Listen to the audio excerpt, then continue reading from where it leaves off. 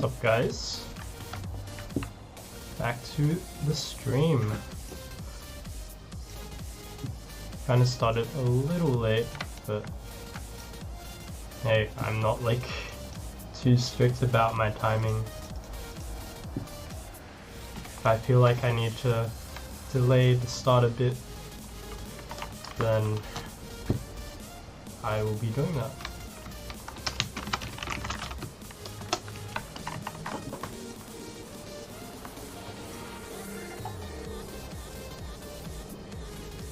This guy's pretty much stacking off, so just gonna 4-bet this kind of size and jam every single board in the world.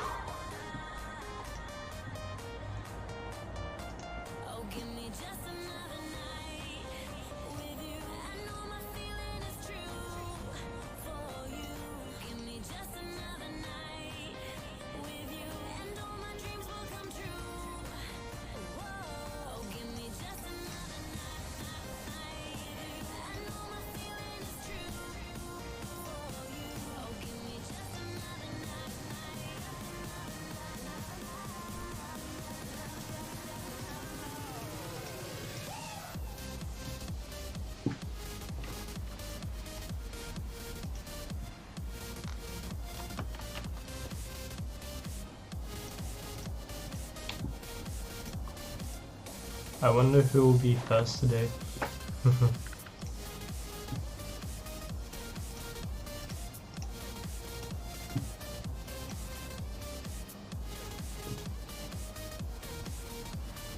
Will Melon finally make first?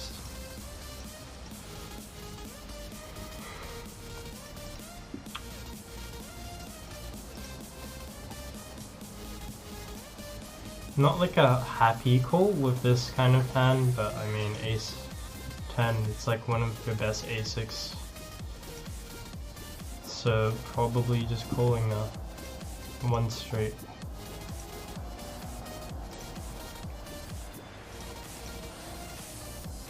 Emperor Nuke, we got the first person in the chat.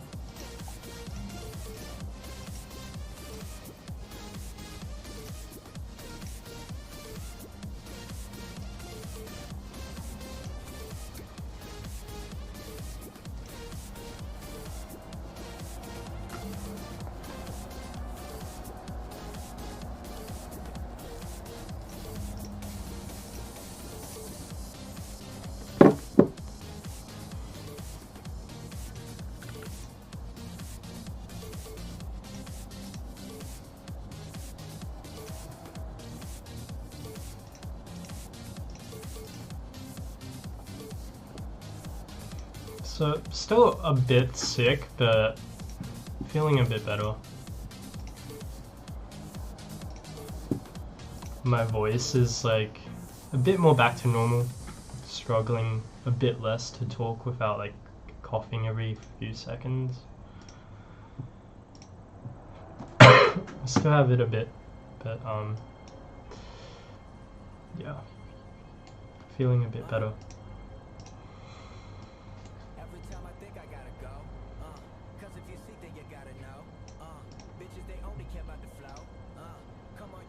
Wow, that's a large pre-flop sizing. 4x open.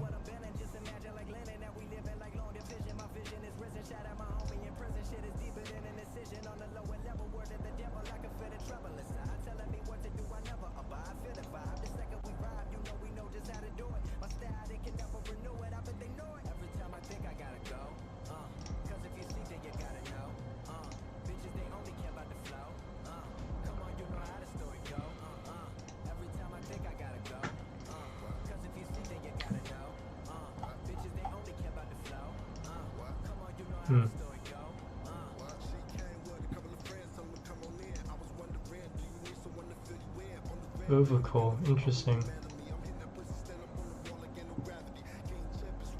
And then he just calls the 4-bet. What is going on? What is going on?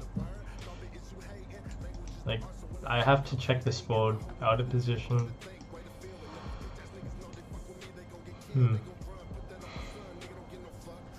It's a weird spot. I don't think we need to actually call ace king here. I think I'm gonna be checking most of probably entire range on this board, given how like call 4-bet ranges look in this spot, being primarily queens and jacks, maybe ace queen suited as well. But I just don't think it's necessary to even have a C betting range there, because ranges are actually just that narrow that you probably don't want to C bet.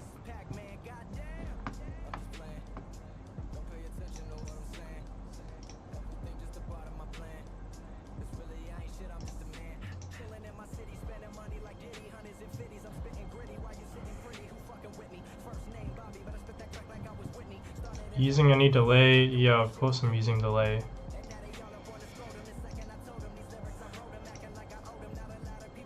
Of course I'm using delay.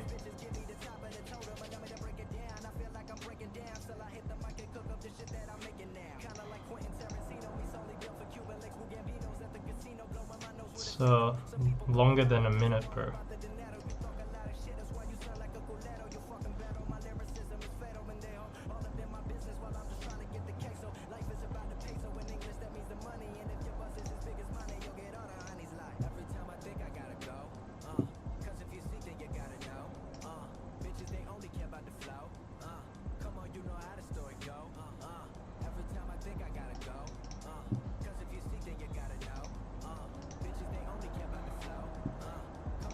So I mean, I'd add a topic and whatnot, but I'm gonna talk about stuff today. I don't think I really need to add a title. For some reason, if I put in crushing and 200 NL, I just get a bit more exposure compared to if I put in a random ass topic. I don't know, maybe if I just put in like tilting off buy-ins or something, I'll get a bunch of views, but like that's not the goal of this stream, obviously. So I mean, today I guess the main thing that is on my mind is I just like, for some reason, like this year, this half of the year has just gone by so quickly, and I kind of reflect upon what I could have done better in terms of my time management, in terms of prioritizing things and whatnot. And even though I have kind of excuse me, even though I have kind of like met a lot of my goals in terms of what I wanted to do, in terms of like mapping out what my vision for the year was, that kind of stuff, man, it just feels like it's gone by so quickly. And then I look at how my days went in terms of like efficiency and whatnot, and man,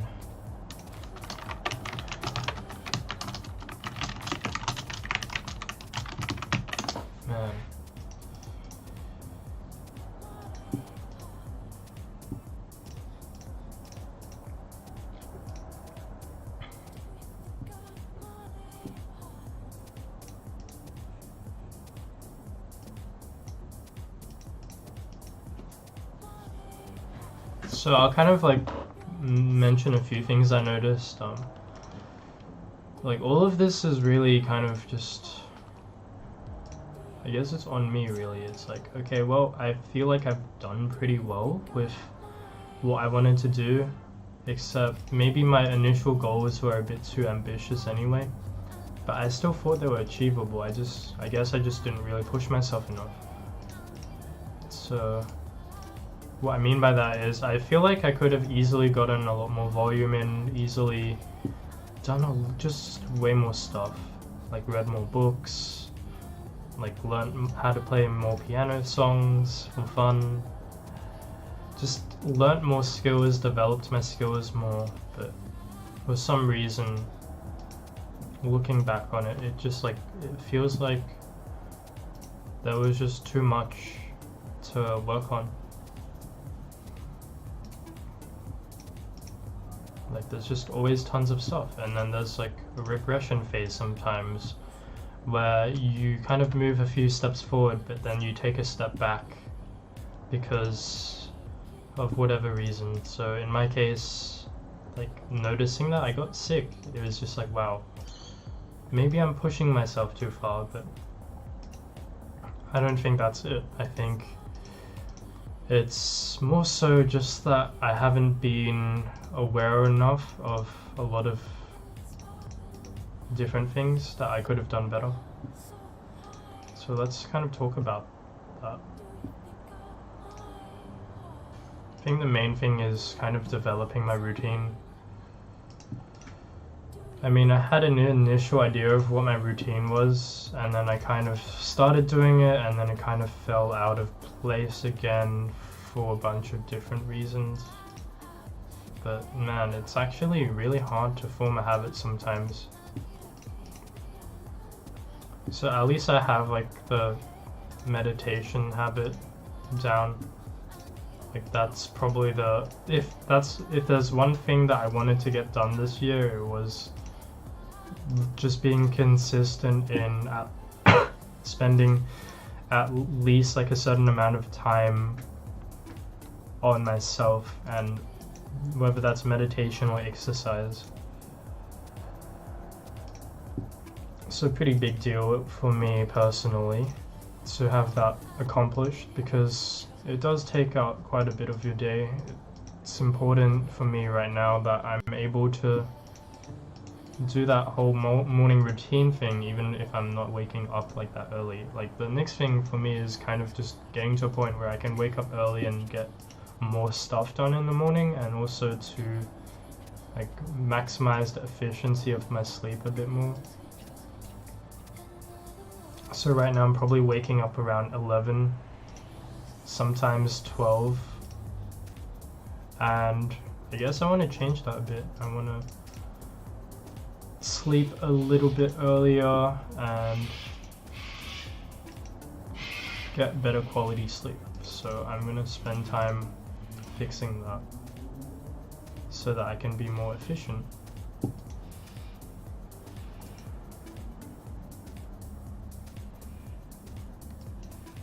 We squeeze a typical situation where would be just betting flop, barreling the turn.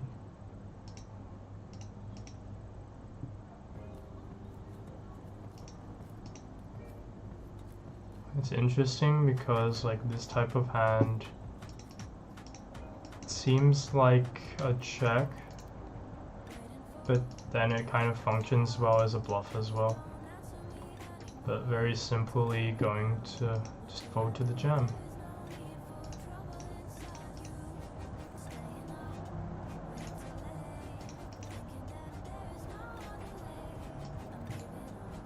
It's probably a spot where you have a mixed strategy there with that hand.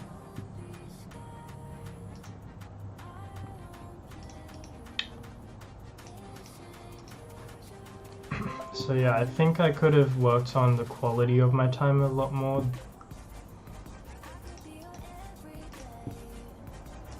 In terms of optimizing it.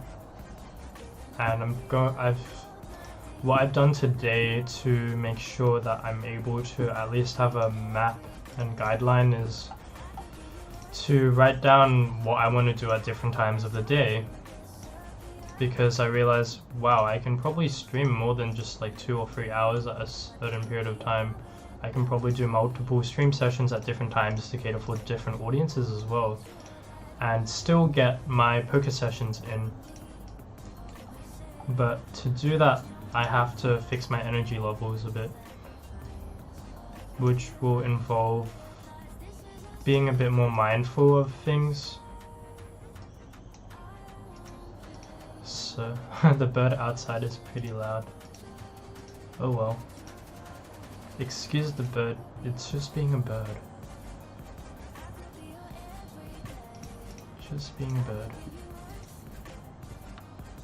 Queen's hand was better played as a check shove bluff there. I mean, Do you really think people are bet folding though? So I just think like barreling there against like weaker ace-x, against second pair, third pair, and then giving up. Or tripling it. I just don't think check jam gets through enough. I mean, you could. Just taking that equity from the barrel seems reasonable to me. Against this size, I don't think we need to call jacks without a club.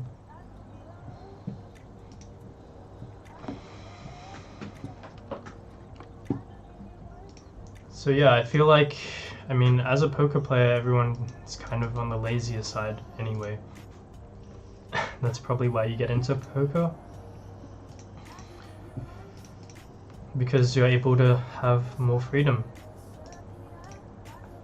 You have more time, but the problem with that is sometimes because you have more time, you kind of just waste it as well.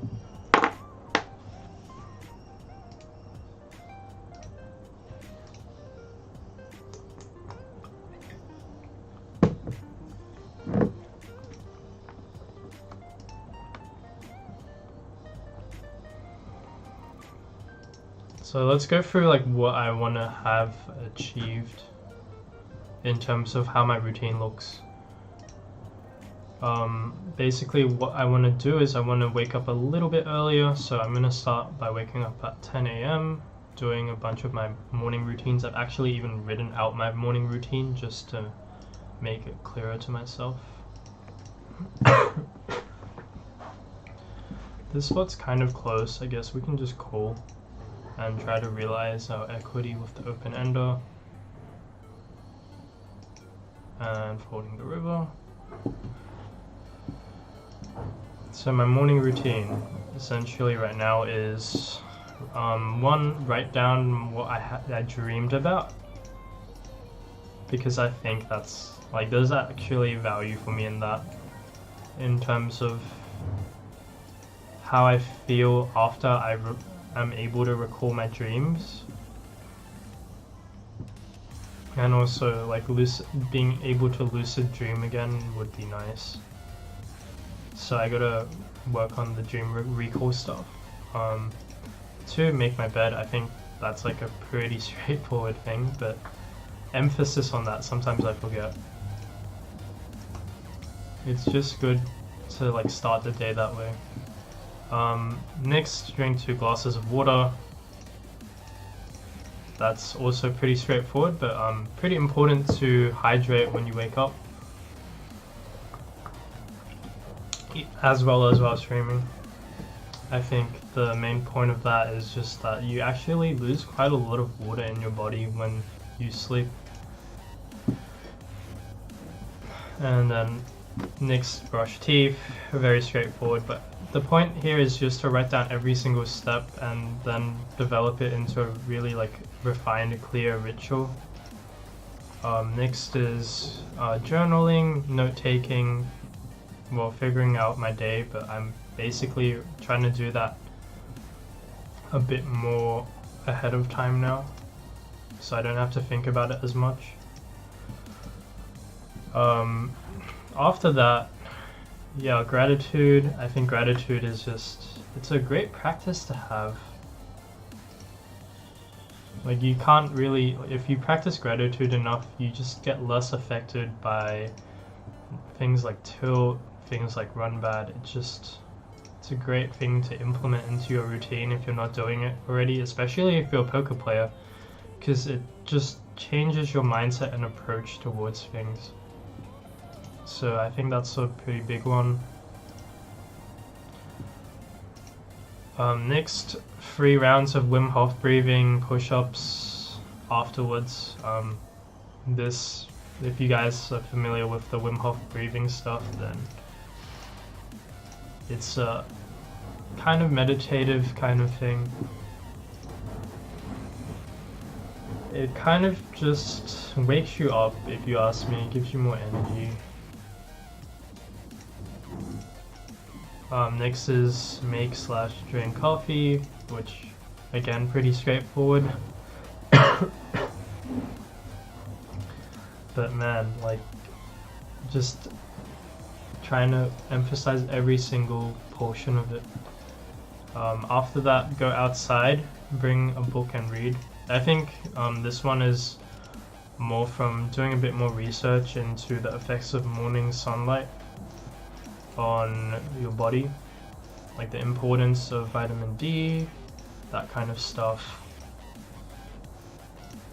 Like, it just made me more aware of the need to do that a bit more. And then reading also, just like, I'm a kind of person that right now is trying to continue to grow and be like the best version of myself that I can be. So that's ultimately like what I'm trying to do, trying to be less complacent nowadays than if I look back on my past in terms of how I did a lot of things. While I feel like I was more disciplined and like doing better than most people my age, like, it doesn't matter. It's more about maximizing like who I can be as a person rather than competing with anyone. That's not the goal for me. So after that, obviously just showering, cold shower if you guys do that. I think cold showers are just amazing. They're also part of the Wim Hof stuff as well. Like, he basically recommends cold showers, and I've been doing cold showers for like years now. And it really makes a huge difference compared to taking a warm shower, if you ask me.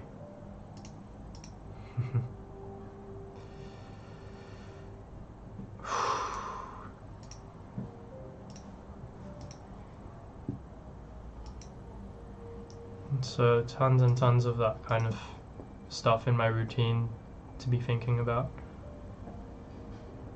PokerStars shut down real money games in Hong Kong today. Really? That's a huge surprise. That kind of fucks with my plan of going to play in Hong Kong when I have Scoop. GG. Gonna have to do something else about that, huh? Bit of a shame.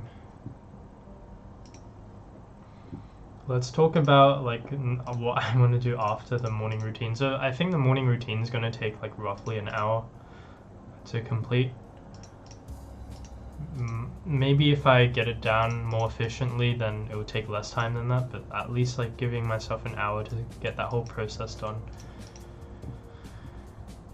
I think is a good idea. Afterwards, so poker study, I think that's important before you start playing. So that will be at 11 a.m. Spend around an hour doing that, and it doesn't even need to be poker study. Sometimes I can maybe continue reading, or also create some content for you guys. I think leaving some flexibility in for some of these time slots is nice.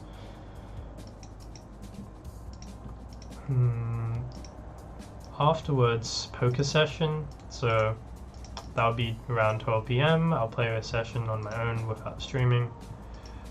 Then at 2 or 3 p.m. I will end up doing or starting the stream. That's the idea for me anyway.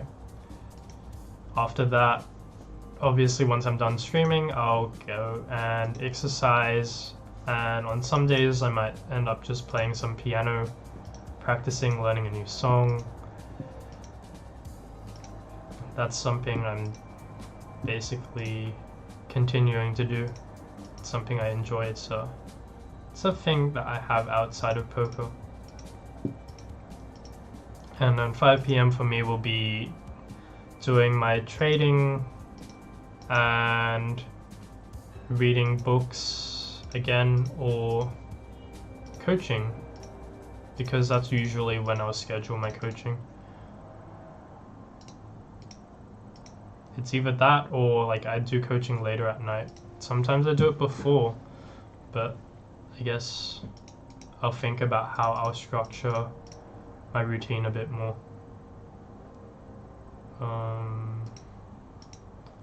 I mean, maybe we don't want to see that everything on this board, but I still think it's fine with the King of Hearts. At least this is done at some frequency.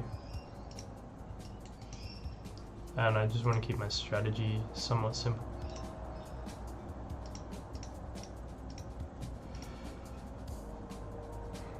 So after that, obviously it's dinner time. And dinner for me will be around 7. And then from around 7 till like 10, I will just kind of have some chill time to spend on either entertainment or other games, on learning, on all kinds of stuff, whatever I feel like doing. And then I think this might be too extensive, but I feel like I'll see how this goes, but I might be doing another session, I think, at 10 p.m. until like 12 a.m. and then I still have time, like I still have another 2 hours after 12 a.m. to kind of just relax and chill and do other stuff and then prepare to sleep. So if I sleep at 2 a.m. and I wake up at 10 a.m. I have 8 hours of sleep, which is plenty, right? Just enough for me. So it seems like a pretty reasonable routine for me. It's probably a lot more packed than I'm used to, but like right now anyway. I remember when I had to go to school and do all that shit, and it was like, man, how much time am I spending on school? Damn. Oh wow. Yeah, just getting it in with the combo draw I think is pretty standard.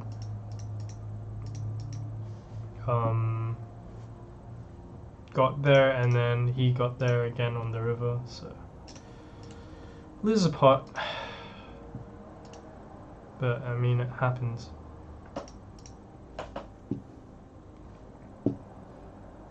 So that's kind of how I would feel like structuring my day, and I think it's gonna work out pretty well. I'm going to, if I'm able to maintain this, which I think I can given how much extra time I have like allocated towards just like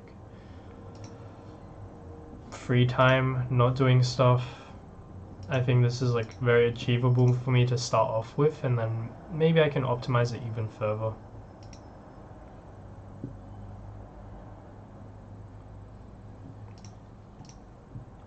So that's kind of my goal going into next month.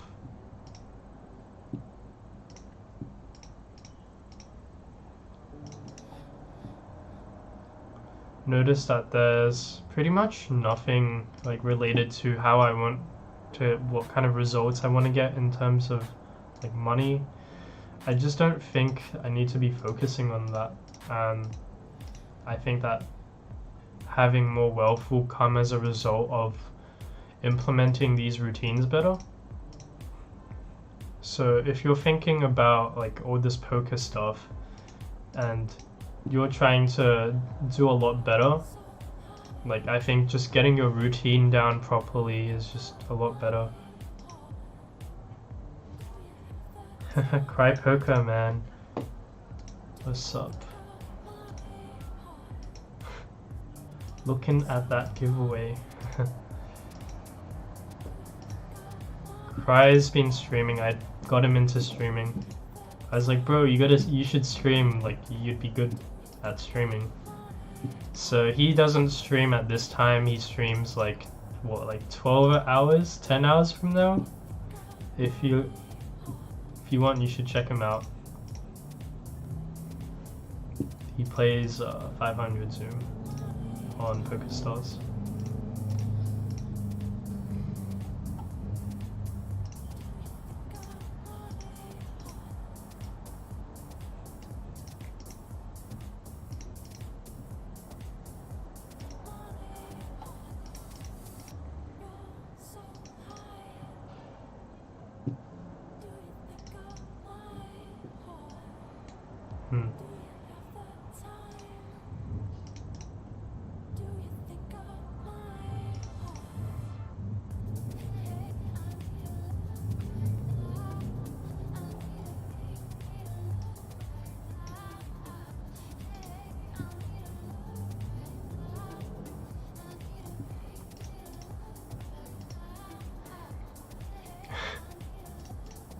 It's always fun to see people raising that spot. Just need to fold Devo.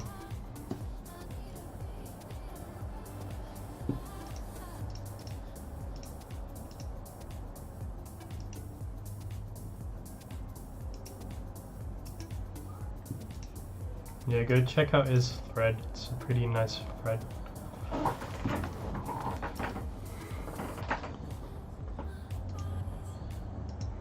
He stops updating it though. Not much updating lately anyway.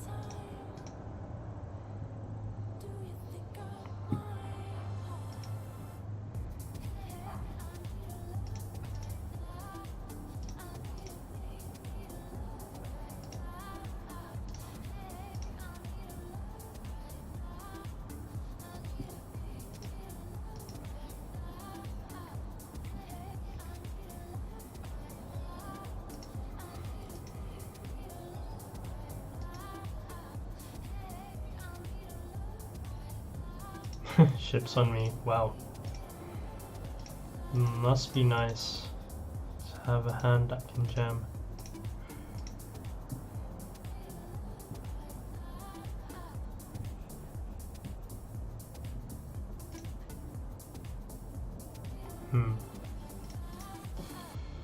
This hand doesn't mind just checking.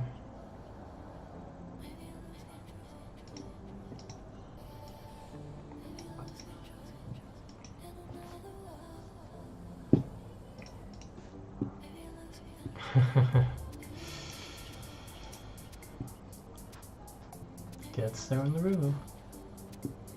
Ace 8, it's just so loose, pretty, like, such a bad call.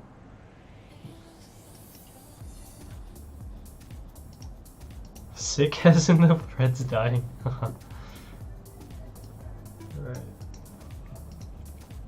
See you later.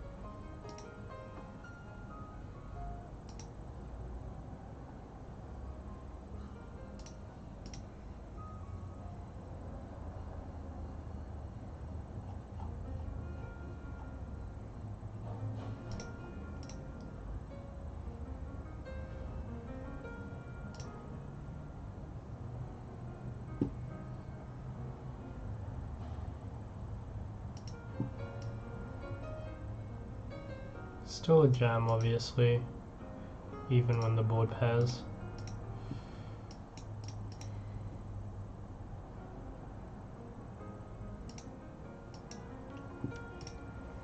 They're not gonna fold an overpair, so printing.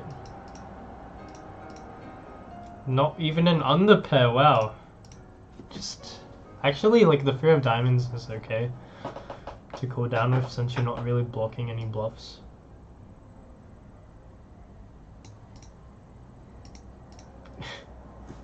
Just kind of ridiculous for if you see someone like calling down pocket threes there, they're pretty much not folding anything except like a busted flush draw.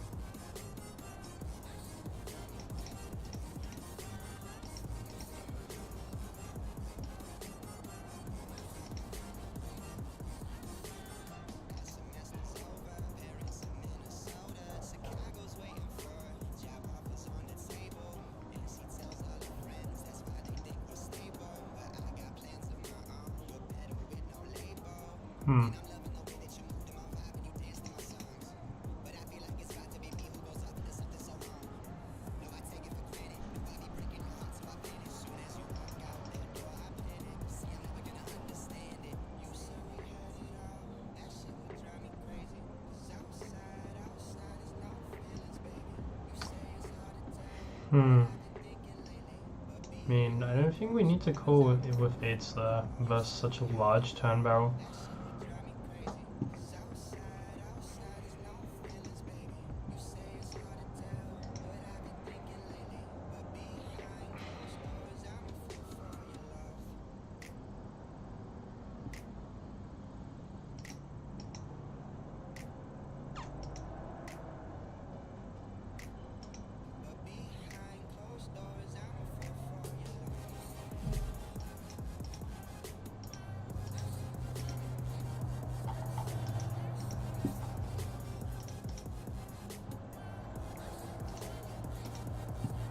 The classic stack reset.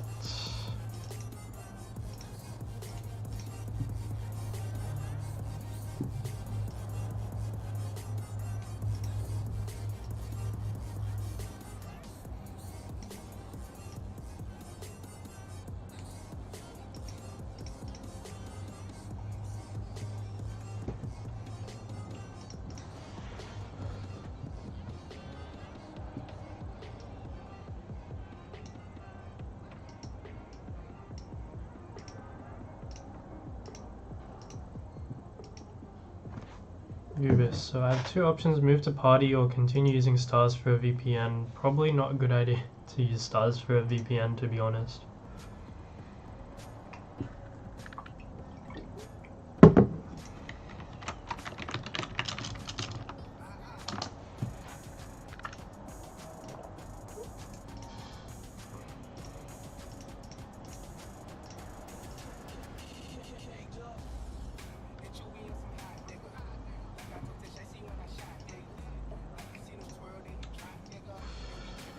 Yeah, the thing with VPNs is like stars will just fucking catch you. They're so good at that.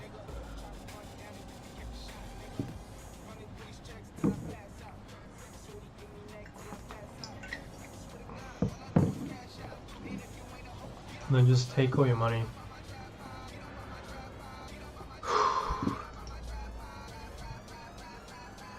That's like, that's pretty shit that they're doing that.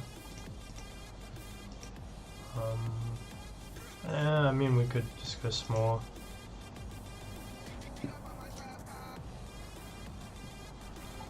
But, you know, sometimes you flop the nuts when you go bigger.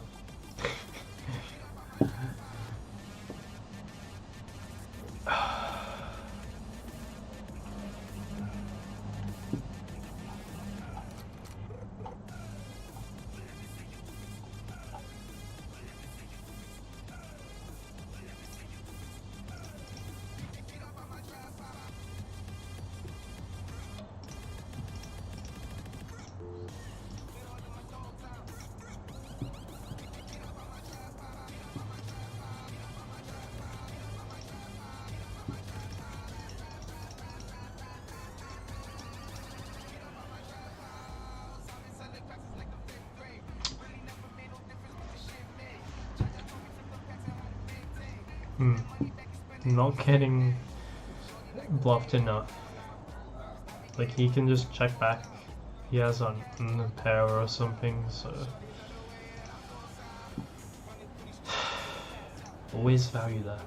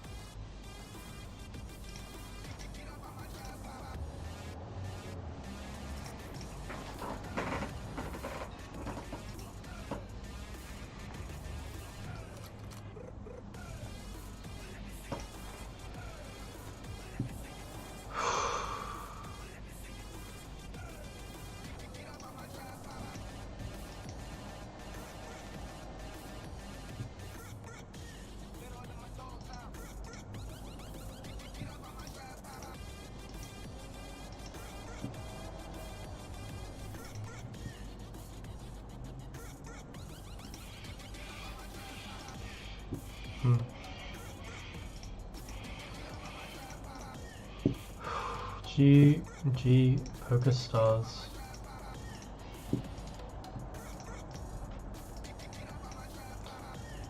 I honestly think like the future of poker is going to be blockchain based, probably.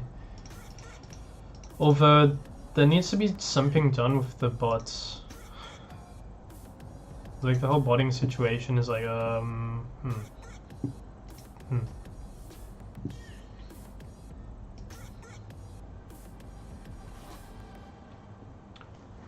That's the main concern to have, I think.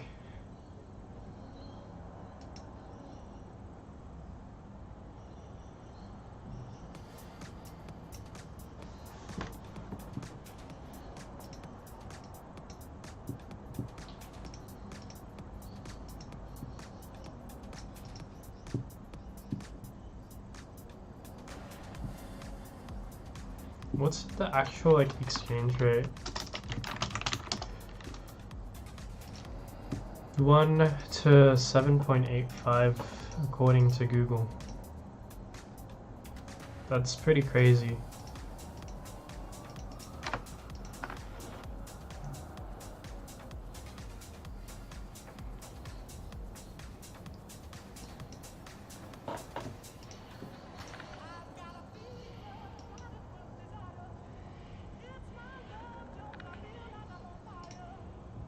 Guess you just have to move to a different country if you want to play on stars again. It sucks. You're still able to play from Macau though, right? I assume that's the case.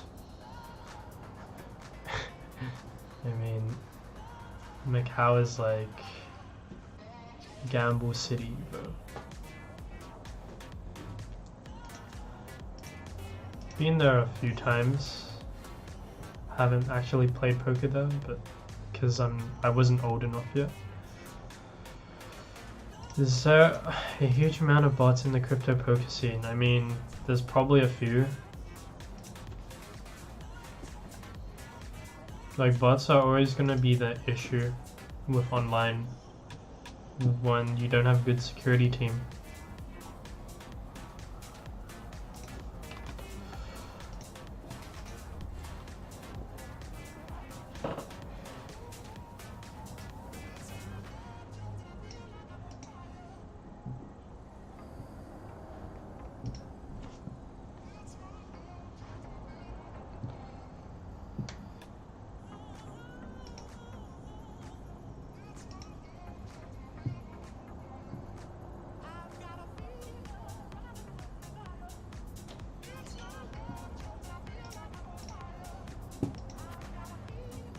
It's amazing to me that they kind of just turned back where they're like China's like, yeah, poker's not a competitive sport. We got too many degens that aren't taking it seriously enough for it to be considered a sport. And they're losing too much money. RIP.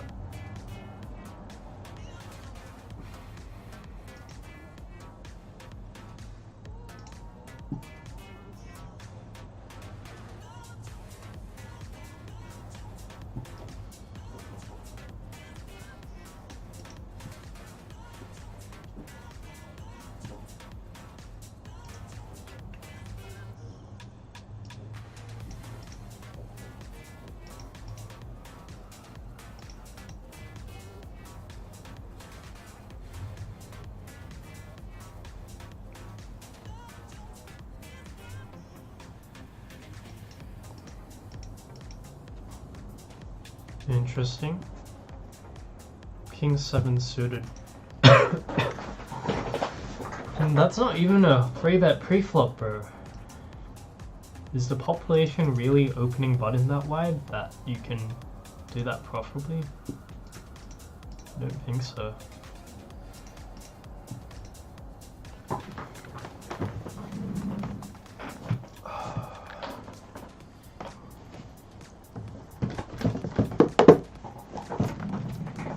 One moment.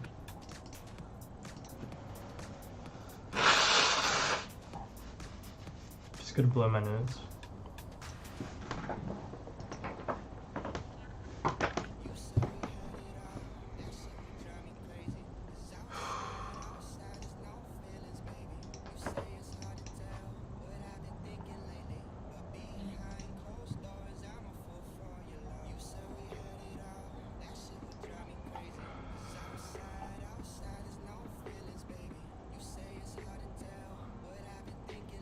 What's good is we don't block the ace of diamonds on the turn, but that can be a bad thing on the river, I guess, if he has a bunch of flush combinations.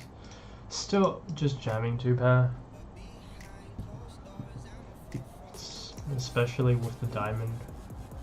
It's a spot to look at, I think, if we try to construct their calling ranges. Like, the thing is, like, you guys should know, just never be afraid to value bet thin in these kind of games, because you just have no idea what they're gonna call you down with sometimes. Like, they just get this like feeling in them, some of these guys, that they need to call, and then they like call down with like a underpair and shit.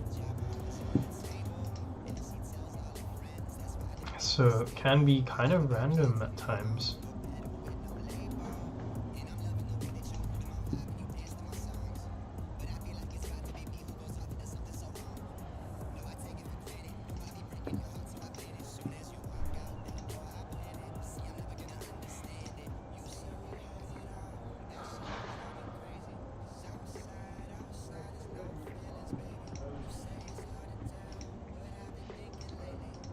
I don't know about like Hong Kong situation, but are you allowed to have like home games without rake? Is that a thing?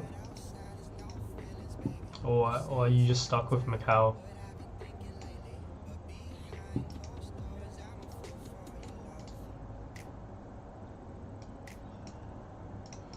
it's ridiculous to me because they allow mahjong houses in Hong Kong. Like, come on.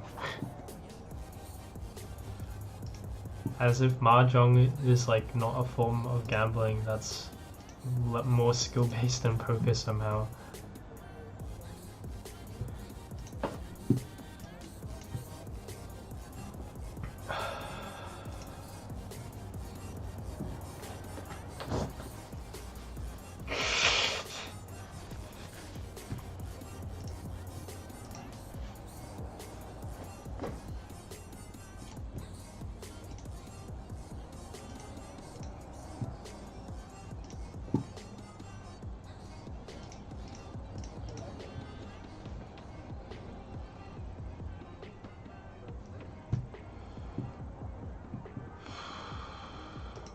This is weird.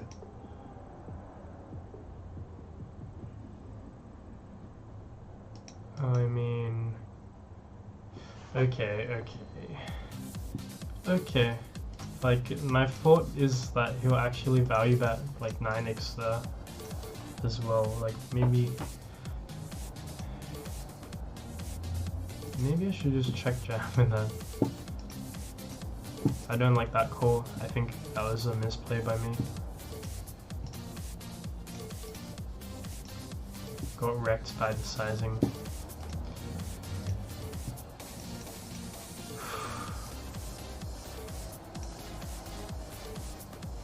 Oh well.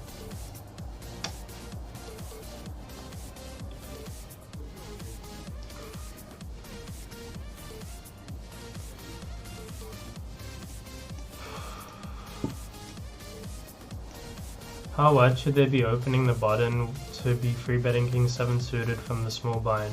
Like, probably like 60% plus.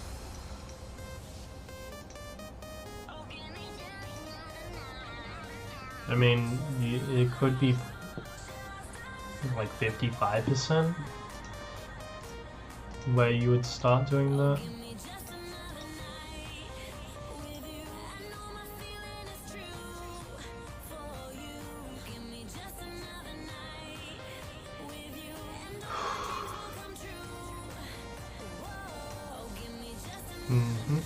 They just turn a blind eye to mahjong. I feel like you could have a pretty good edge at mahjong if you know what you're doing. I don't really play that game though. High stakes mahjong. It's interesting. Like, there is some like degree of psychology in that game, and then there's a lot of memorization. Private home games are always the softest, especially if not rates. Excuse me. Just a bunch of guys who play together, yeah.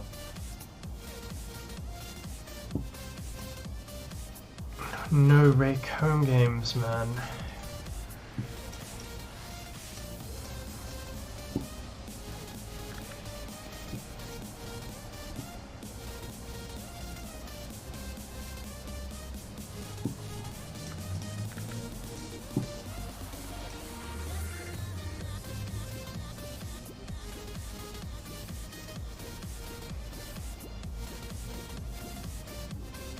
This is probably an exception to a spot where I would usually play 4-bet only, because the 3-bet sizing is just tiny.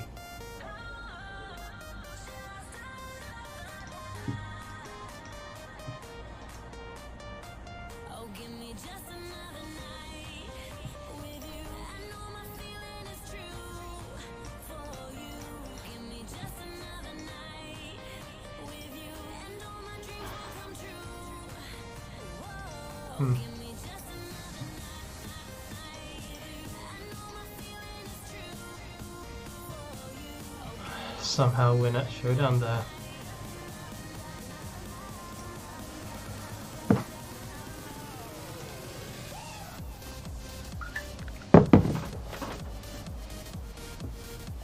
Somehow.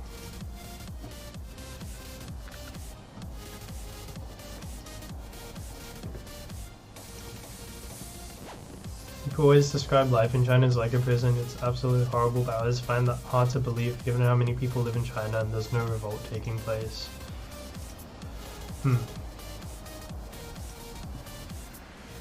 I mean, a lot of people there are probably at a point of more like desperation to survive,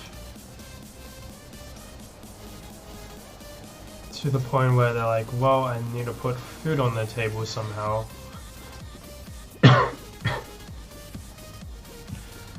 So, willing to do a lot for that, I think. Well, a lot of people are.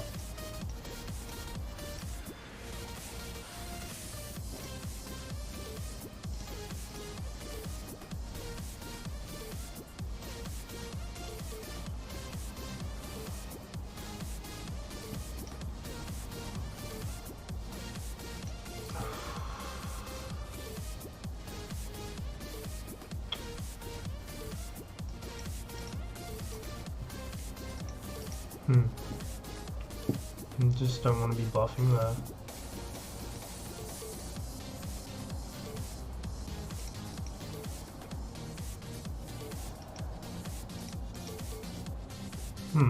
King Jack offsuit. Wow. Sometimes, like, some of these guys just try to get too fancy.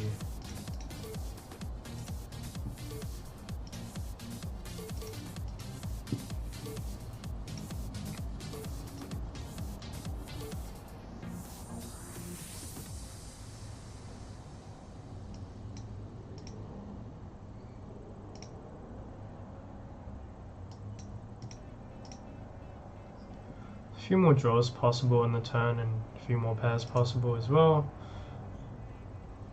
Just betting small, checking back to river.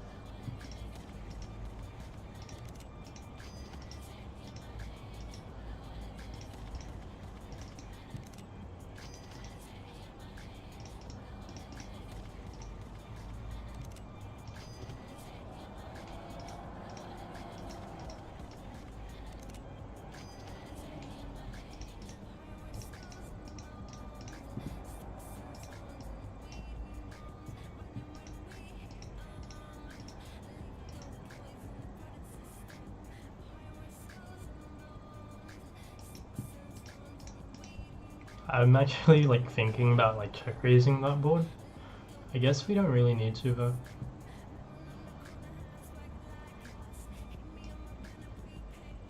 And then against this size, I don't think we even have a raising range, given how little 5x we have in our range.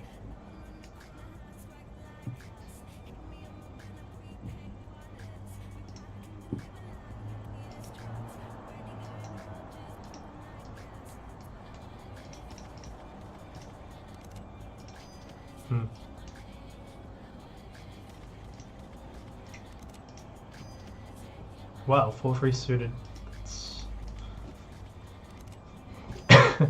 So loose pre-flop. So loose. So loose. It's amazing to me how much the world has actually changed in even like the past 10-20 years. Like since I've been alive. And then I think about how much it's changed in the past 100 years. It's like,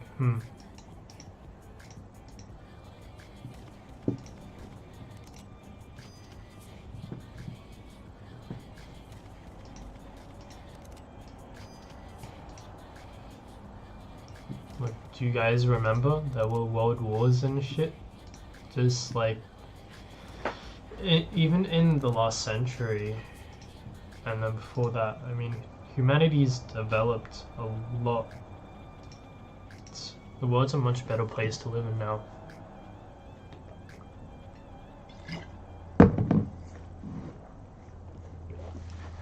Cuba's saying, life isn't bad at all in China. Most of the bad stuff you hear is Westerners going with freedom. If you're an educated guy with a decent job living in a major Chinese city, it's comparable to living in a Western country. That's the case for sure. But not... I mean, there's a lot of people in China though that are like... not...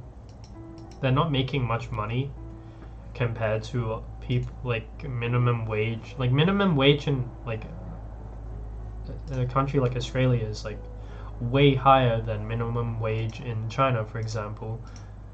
I think that's the thing that a lot of people like are caught up about. But there's tons and tons, like I guess the main thing is that there's tons and tons of people with like a ton of money in China, like mega rich, and then there's a bunch of people who are like on the poorer side. But there's, I guess there's now a growing middle class now. But like that's kind of the situation.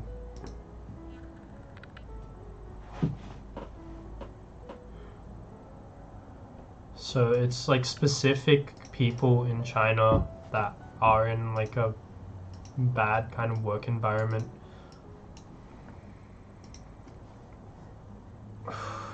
Melon says, well, I'm a Westerner, I always feel like I am the odd one out because the way they describe how bad China is with suicide nets and everyone in China working in a factory, I'd say I don't believe it is that bad.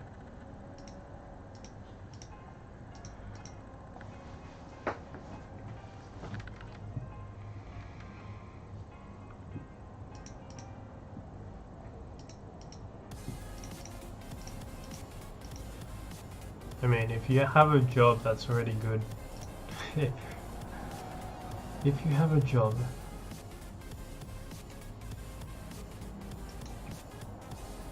focus on gratitude, and you'll just realize, wow, we've actually come like a really long way from where we were as a race overall. Like the human race, just huge improvement.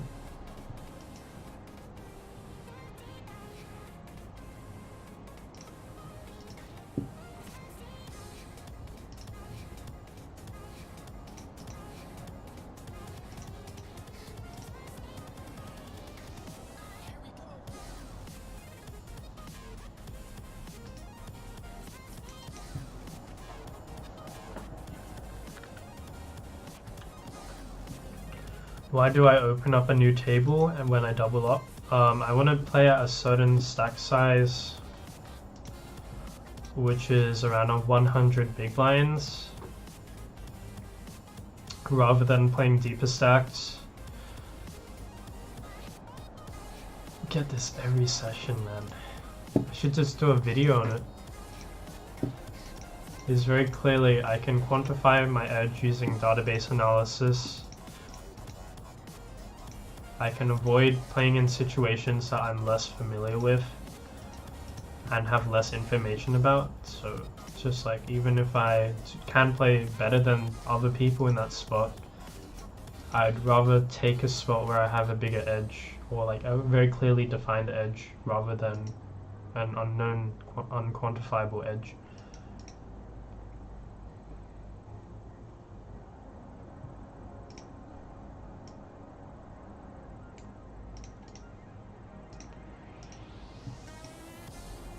Kind of like hit and run.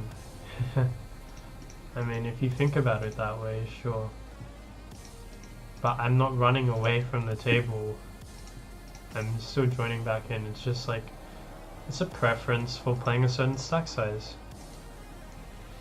And avoiding all the bullshit that Ignition like has with disconnects. And all the, like, if you've watched my stream, you've probably seen that I've disconnected a few times in the middle of a pot. It's really annoying when that happens, and you never want that happening to you when you're deeper stacked.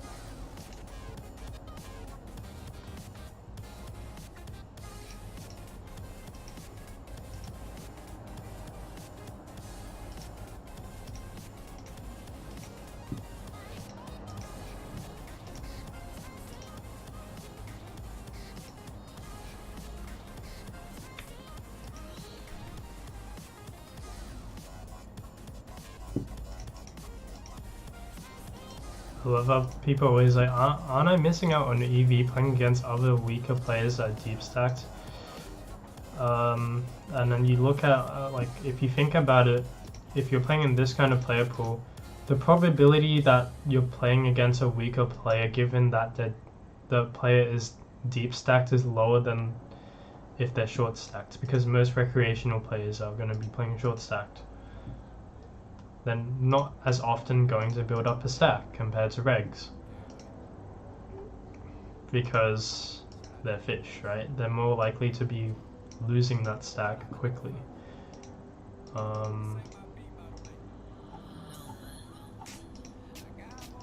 Like half pot.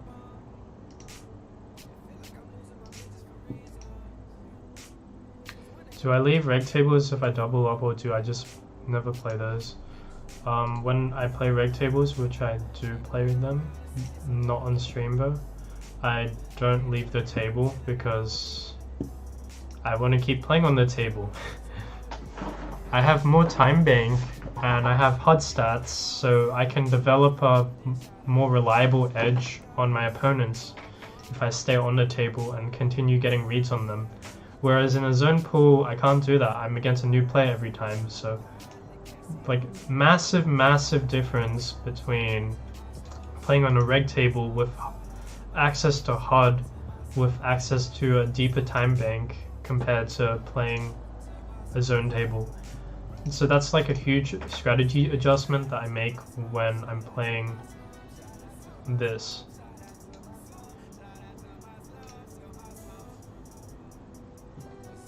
I don't think Jack 10 suited is even continue in that spot versus free XUTG. I mean, you can probably mix it.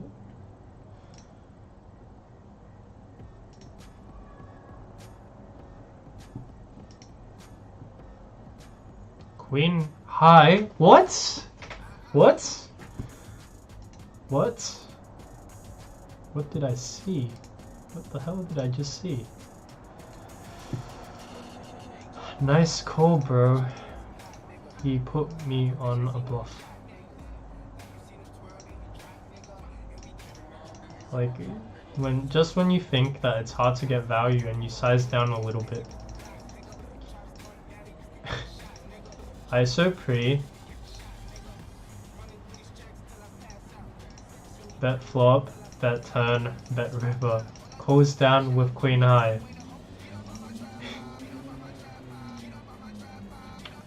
That's not how you want to be playing.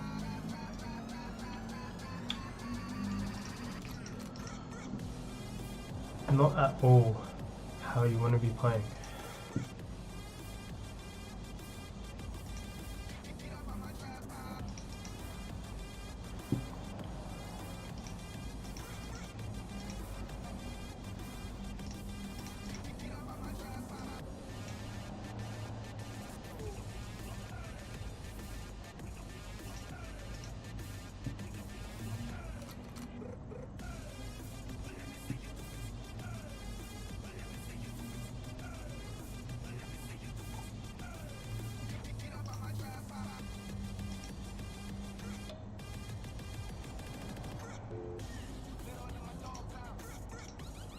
So this is a spot where I'll typically see people call this pre, and it's acceptable if you know for certain that big blind's a fish, for example, but generally I would rather squeeze pre-flop.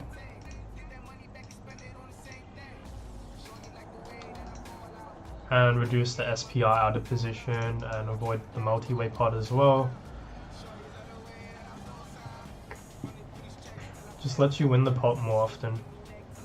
And people don't really full bet bluff you very often, so you end up over realizing your equity.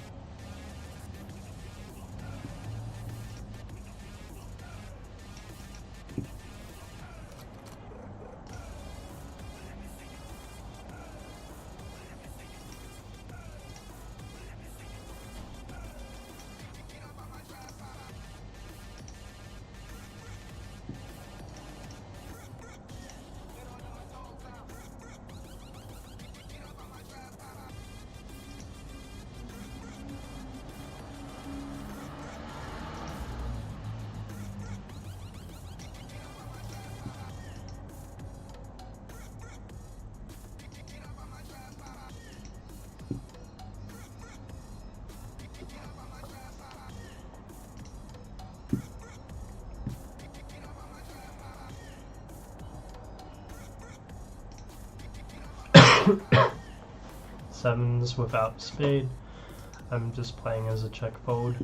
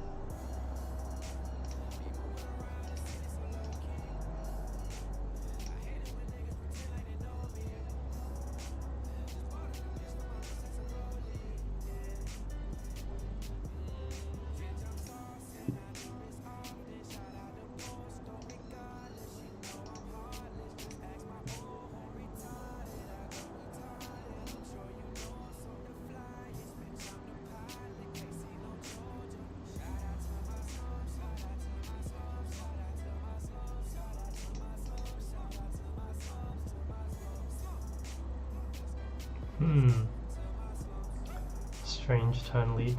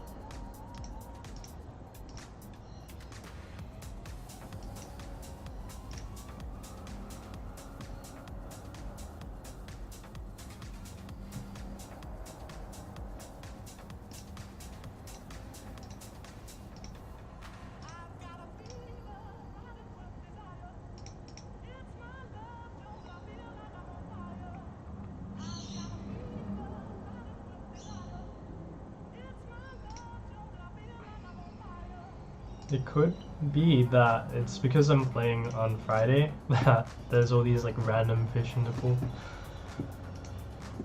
doing these crazy calls.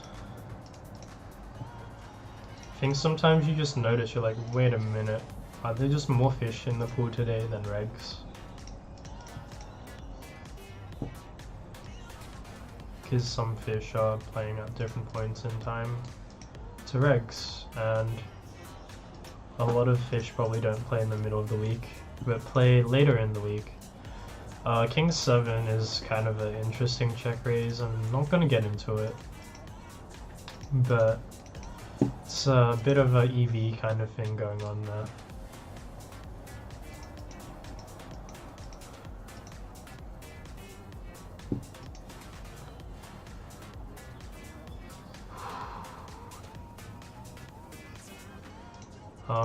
At this stack size, I still think we check raise just because there's many gut shots, open end as possible.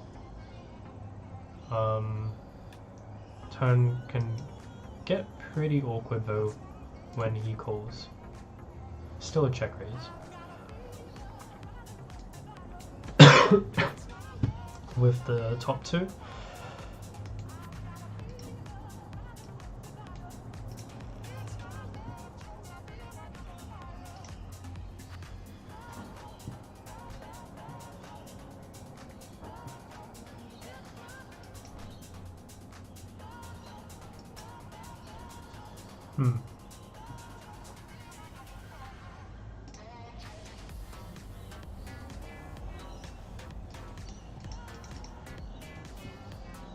Just gonna check the river.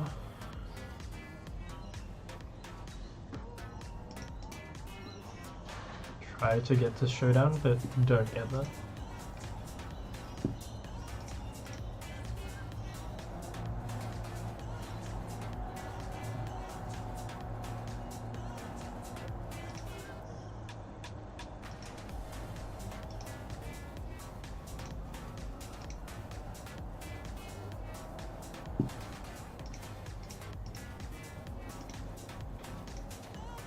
This time of the day is probably like the softest that this pool gets, I think.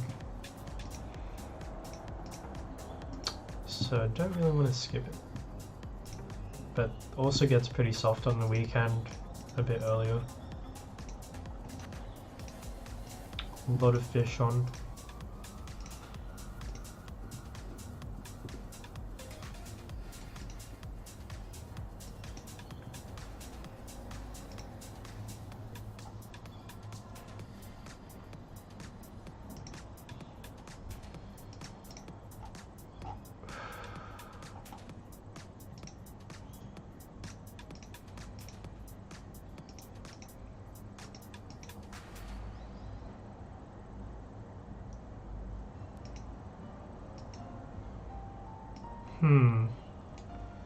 Like, I just don't really, I don't know, maybe this works. Maybe it works, but like, once I get called, I just want to give up. Because I think he's stationing a lot of A6. Maybe like he folds like a few. This song. I added it to my playlist. A bit of different music. This is so old. Cantonese song.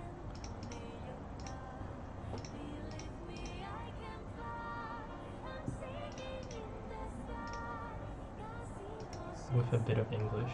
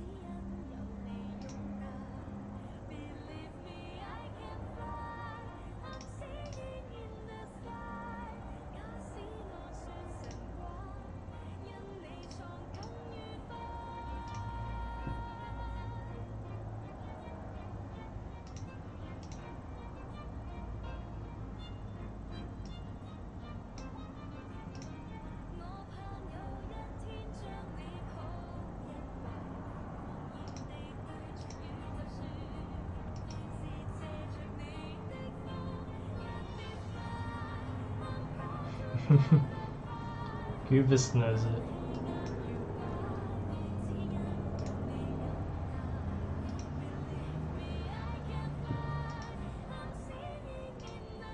Massive throwback.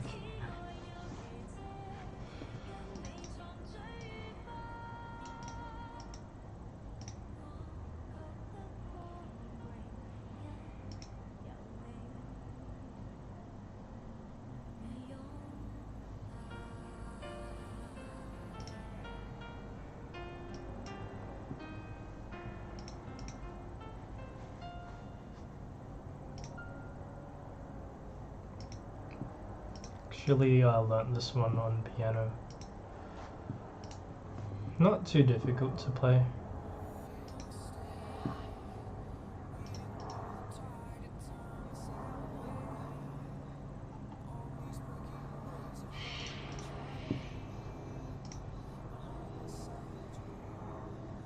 When he picks that size, he always has the worst hand. Doesn't mean he's folding though. Yeah, he's straight. How come there's 30 viewers but nobody talking? Have you been buying bots? I don't know, everyone's just kind of chill today, just watching. We don't have our regular chat boxes. Just got some chill peeps.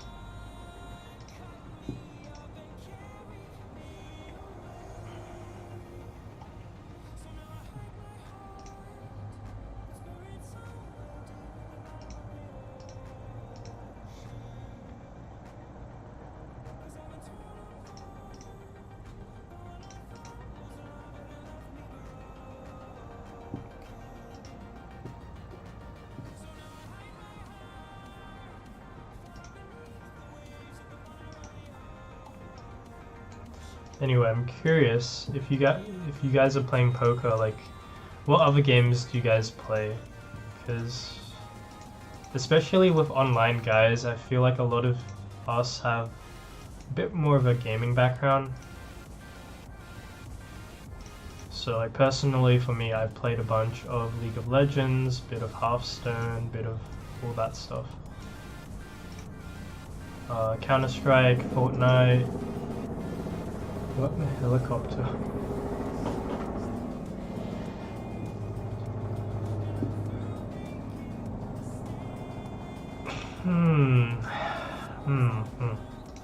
Just don't want to be bluff catching this.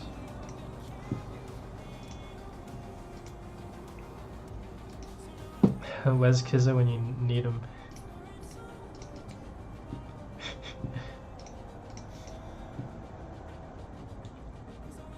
Unfortunately, he's not here to troll today.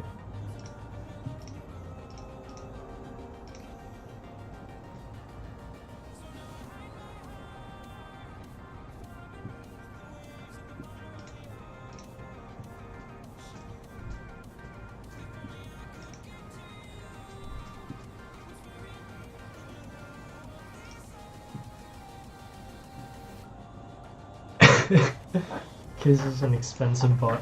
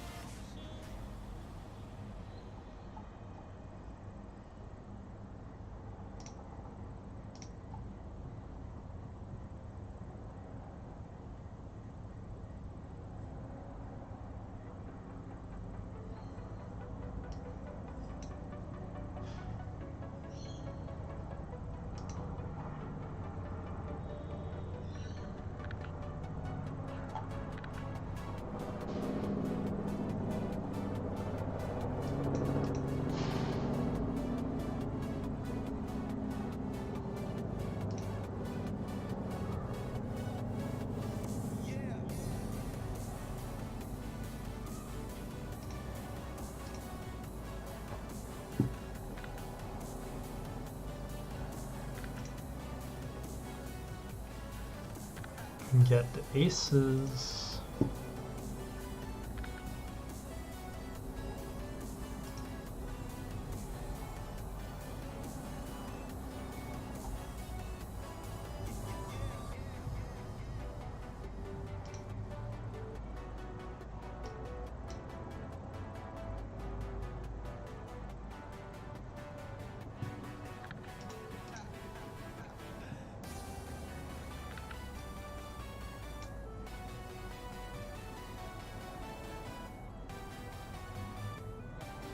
He ships it, wow.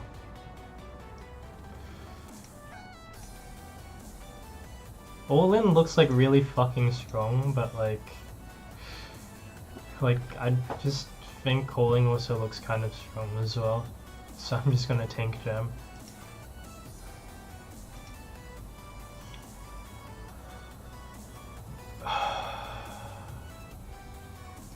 Name some good regs in the 200 zone pool that you know.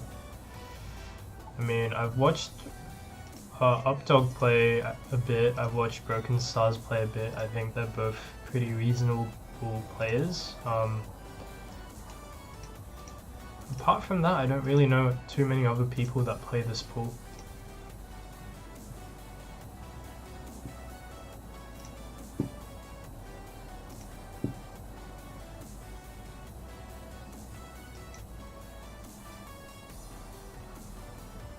I like your gameplay more than Broken Stars. The guy just bluffs way too much. Well, I mean, in some of the spots it might be okay, but he's probably more spewy. Like the way that I play, like my whole game plan is focused around reducing mental strain. Like it's probably not as apparent to most people, but a lot of these spots that I have are kind of simplified. Okay, that's a misclick, by the way. But yeah, a lot of them are simplified.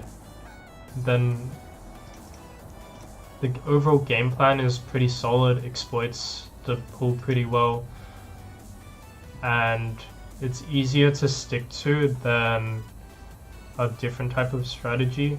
Like, I'm picking my combinations for bluffs quite carefully. I'm basically forcing myself into situations where I'm not going to take a bluff if I'm not too sure about the EV of the bluff.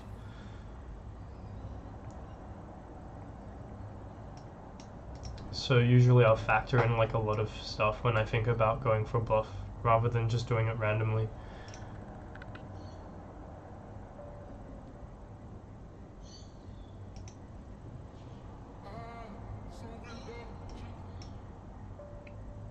Because like I said, I've been telling you guys past few days, consistency is the best way to get to success. You don't need like a crazy good strategy, you just need to avoid playing your C game all the time, or basically play your A game most of the time, and that will give you most of your win rate. This is a river call. I don't believe we can raise. I mean, I'm gonna go for min raise actually. I'm gonna go for min raise.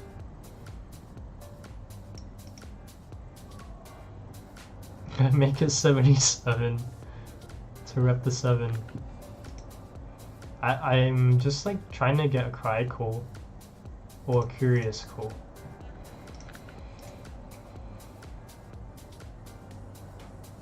Because I think he has Jack 10 there pretty often. Maybe he might bet larger with that hand though, but I think he has a value hand very often, but not a nutted hand. Because people are generally not going to balance that size correctly.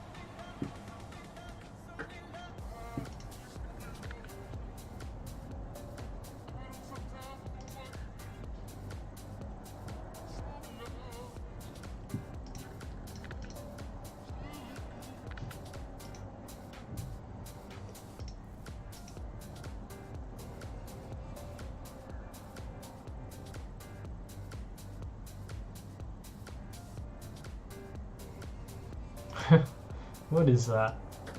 Equity denial and realization with the jam. Pretty crazy play by him.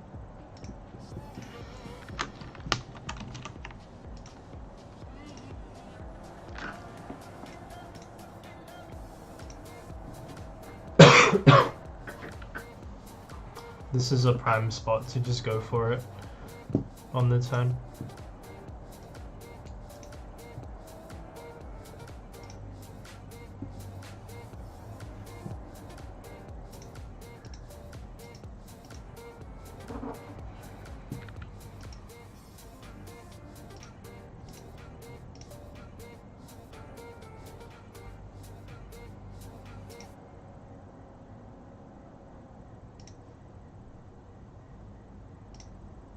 One of our weakest A6, I usually will throw this into my check back range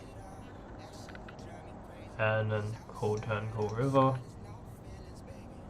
Not a run out though, where I think bluff catching is any good.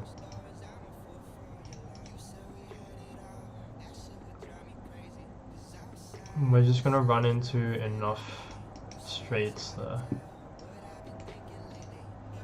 that this hand will be a pretty clear fold.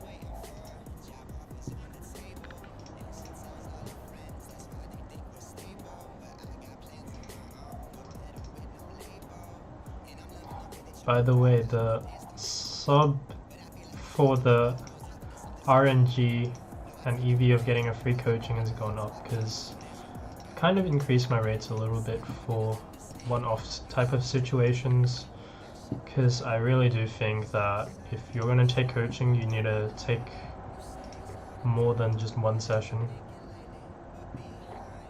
So it's now $250 an hour. And 300 for the DB analysis as well.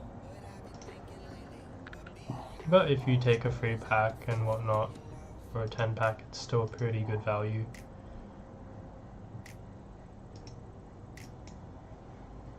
It's just I realize that like I'm probably way undercharging for what I can teach people, and I need to increase my rates a bit to reflects how far I've really come in terms of my development. This one's interesting. Board where it's paired, so typically you'll expect a lot of c-bet folds, and this hand just benefits from denying equity. I'm gonna bet the river.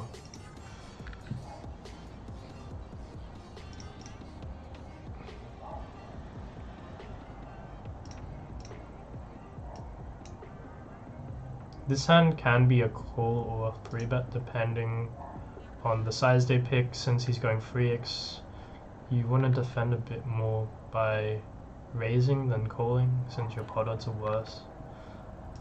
So this puts ace-jack more like a raise at a higher frequency than if the guy made it 2.5x. Since we're getting more dead money when they fold. Ace-jack offsuit in these positions is generally a fold pre. It's not a hand that plays very well out of position, and it's a typical mistake that people make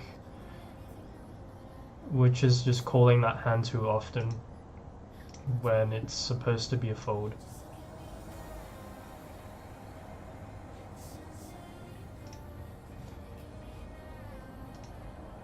People are always concerned that they're overfolding to free bets nowadays, out of position, and man, like, they just aren't.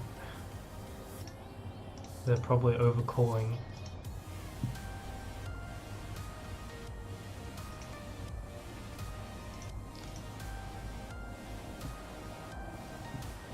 Especially the fish.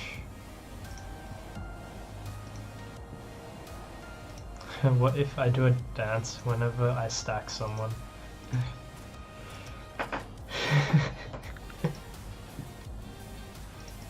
Maybe I just have like an emote or something. I need to set that up. I need to set that up a bit more. I'm gonna sit out for a bit because I need a bathroom break. So once I hit the big blind, I'll take a quick break. And also, I guess it's getting dark enough that I should turn on the light.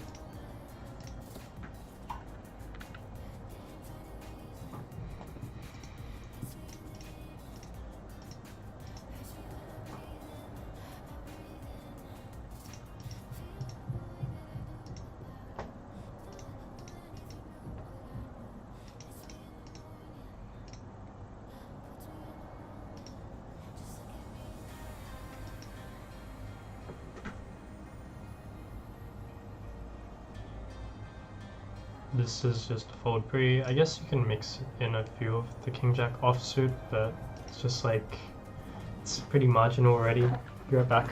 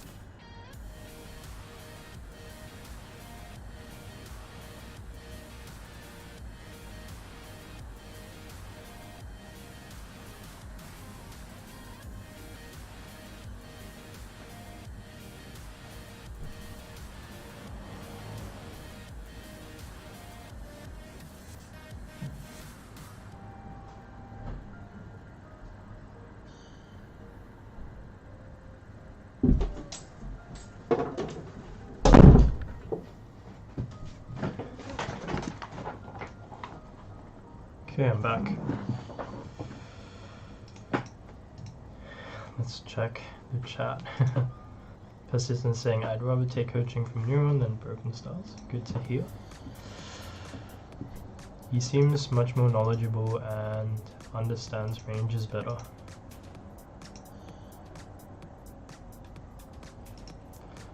Melon says, I mean, what you expect. Broken is good, but he only played on Ignition. I didn't even know that.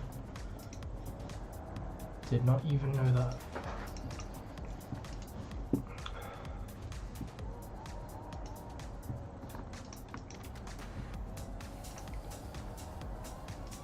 It's actually just like so good that I grew up playing on Stars. Like, Stars was the only thing I knew, and then I found Ignition. I'm like, holy shit, these games. I can just fuck everyone because they have no idea how big their leagues are.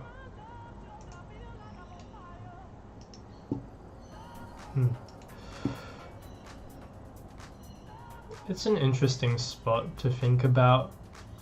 I know for a fact that because we're 150 deep, we need to be mixing some of our overpairs into the check range. And aces is like the first hand that you choose from for that, because it's a hand that needs the least amount of protection.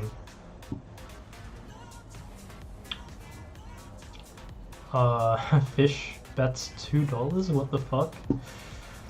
And river, I'm just gonna be betting on the larger side. Something like this.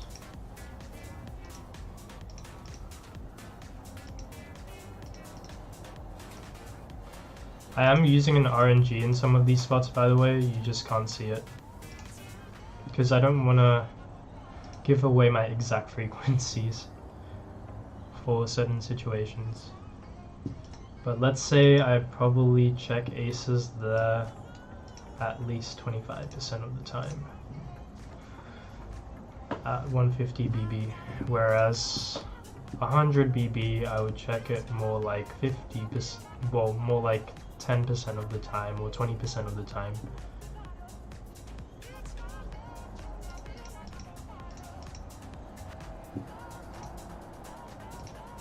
Although at 100 BB it's just way less important to play mixed strategies when out of position. It's actually way harder to play out of position when you're deep stacked than when you're short stacked. Coming from an MTT player who has spent a ton of time playing at under 40 big blind stacks, and that suddenly moved to cash.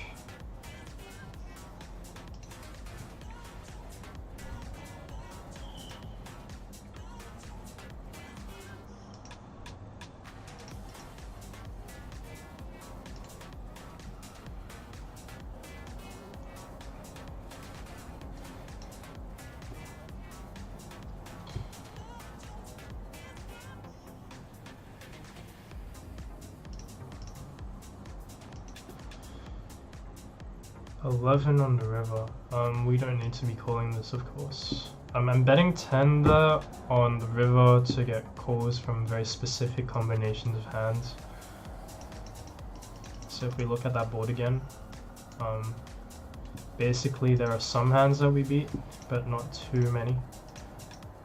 So let's say like ace-6 suited, pocket 2s, pocket 3s, pocket 4s, pocket 7s, pocket 8s. Those are like the hands that we want to get called by. And I guess also ace-queen. Should know I should just make 10 more Twitch accounts and get that out of coaching at 150 discount. I get a 50% of chance of winning. I mean, you could.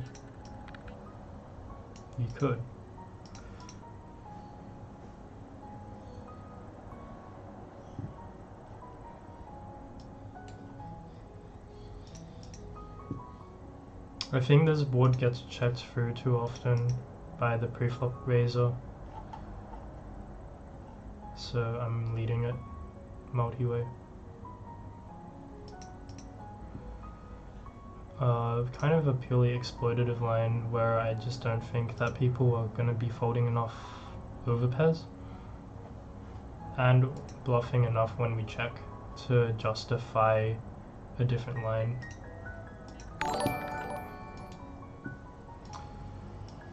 Persistent, thanks for the sub. Finally did it. This is just a small bet to get called by the weaker parts of his range. We're chopping with any ace-x really, so we're just trying to get calls from like really weak hands.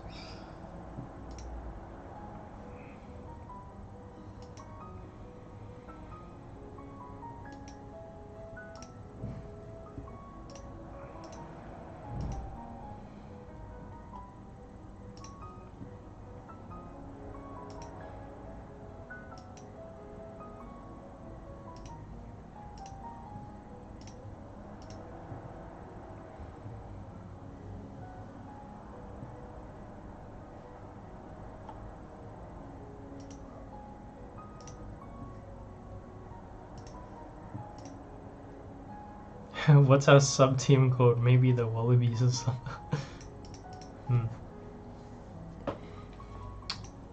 The Kookaburras. We'll go with that. Kookaburras are pretty epic. if you've ever seen one. They have the strangest laugh. But it's like, it's pretty cool. They're pretty badass birds.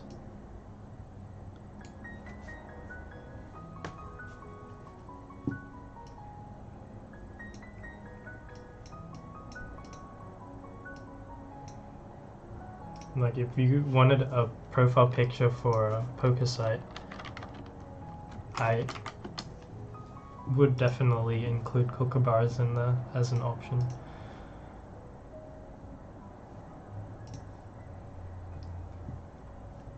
I mean, they just look badass.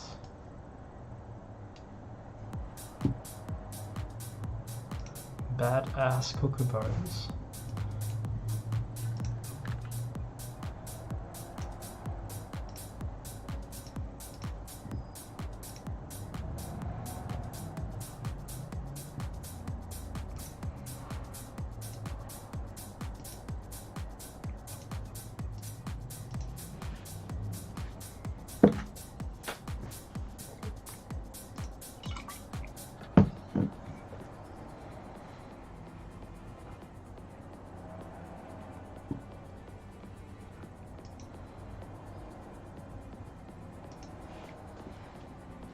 The laughing kookaburras, yup. That's it.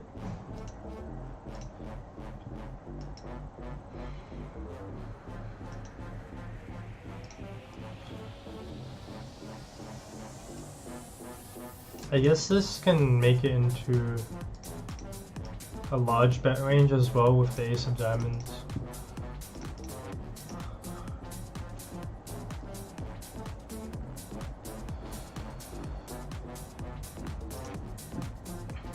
But to be honest, you could just keep it really simple there and bet small.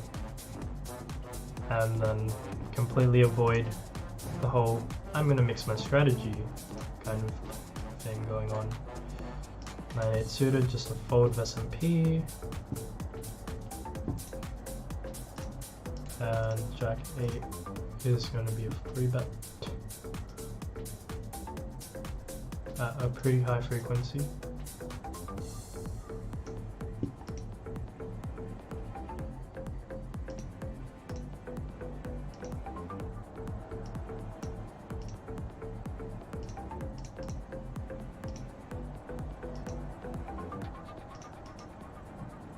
Could bet this, could check this.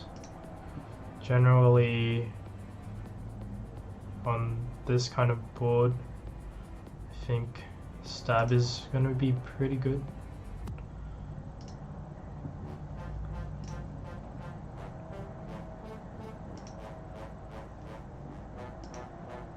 We should design sub badges based around it. Yeah.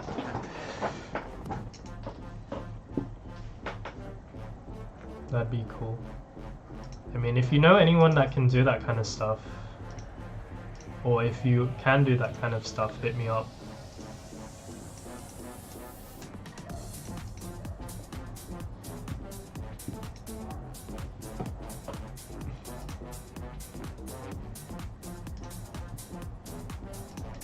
A6 is just a fold, and once we get called and river pair, we're just checking.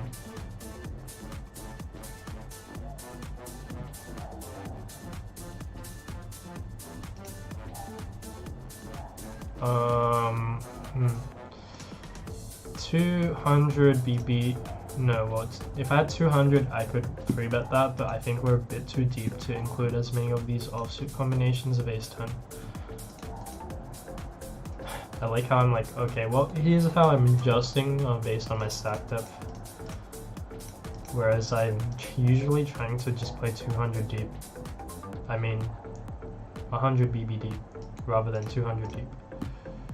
9 more, guys, 9 more subs. And we will spin the wheel. Excuse me. Spin the wheel on the giveaway.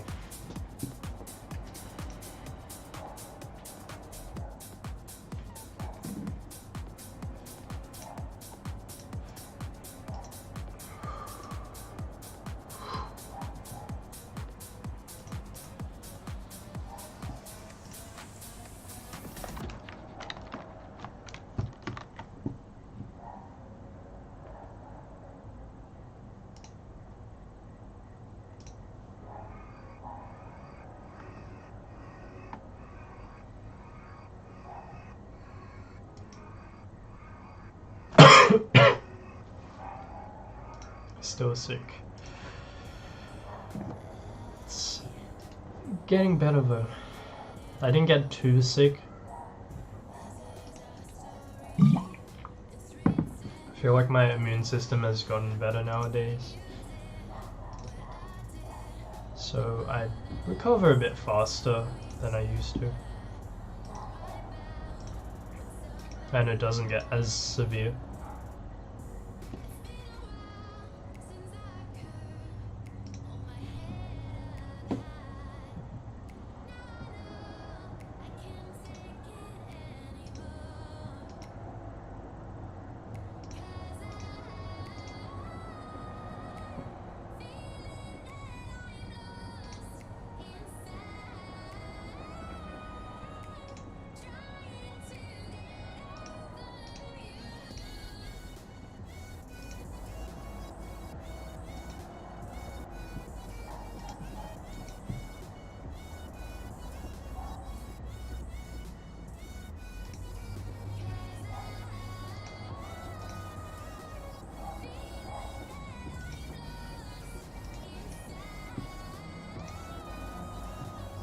I think like the way the giveaway works, it's just like, I mean the EV is the same, right?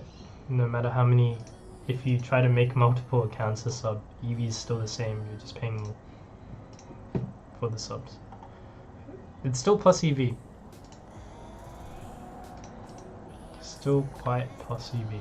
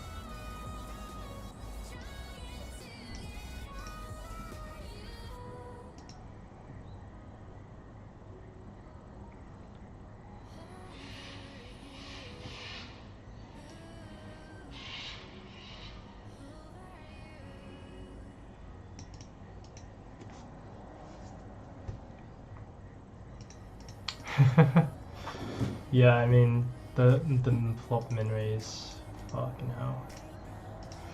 Sometimes it's just sevens, but the idea with the jam is just equity denial, really. I mean, you'll see raises with some overpairs there versus my sizing. And then there's all the draws, combo draws that you can have.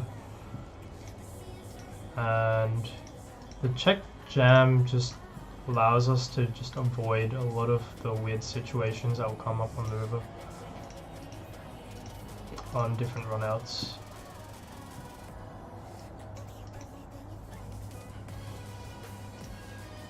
Sometimes you're just meant to get stacked, so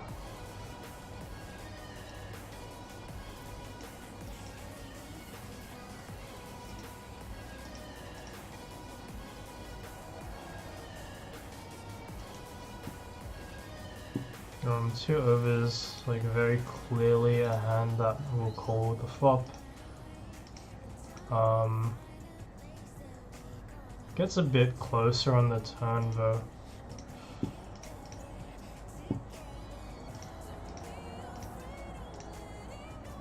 I think we have enough strong hands there, given positions, to just continue with, let's say, some of the flush draws and some of our pair plus draw as well. that we don't need to call all of our queen jack.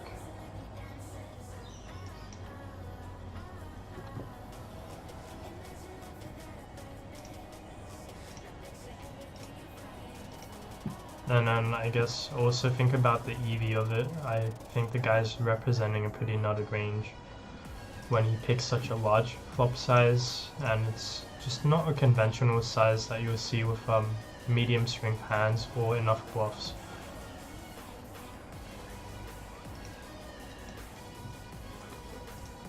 So he's basically going to be quite equity driven, and against that kind of range we don't need to continue it.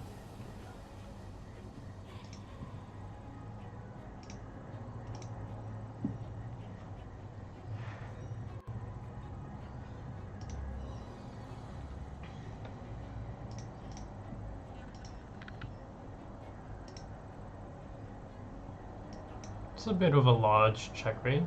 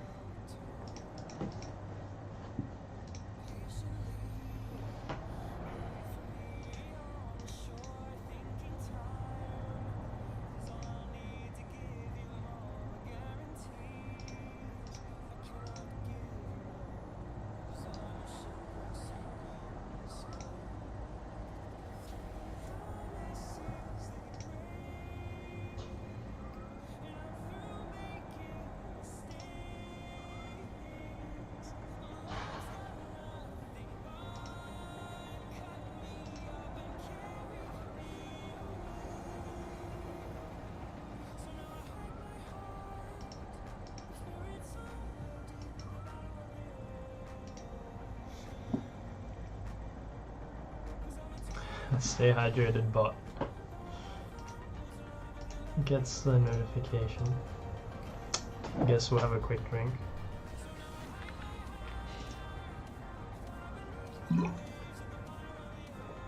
We're most of the way there. But I want to avoid having to take like bathroom breaks every hour, so gotta pace ourselves a bit.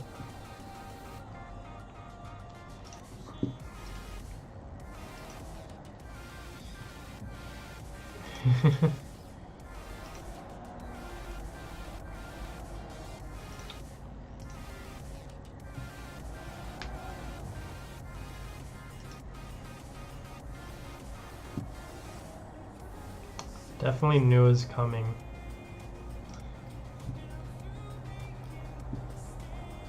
It's around like 5:05, 5:06 that it comes.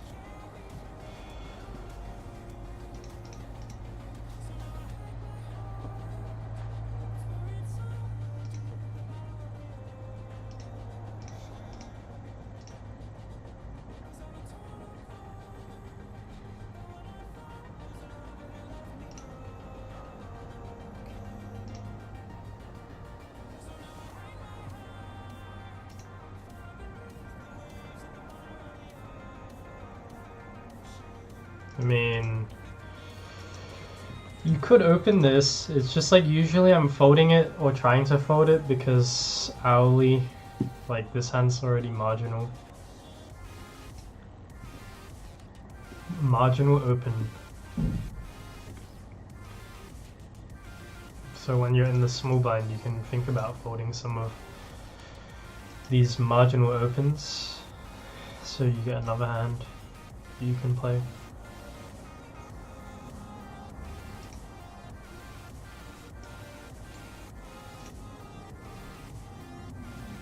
Top 3 favorite books.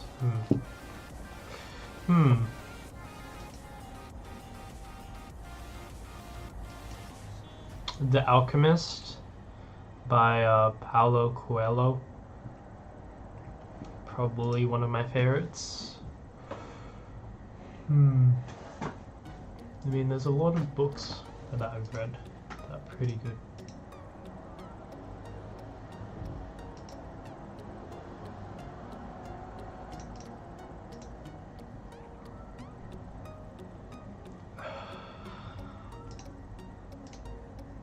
There's a lot of books out there.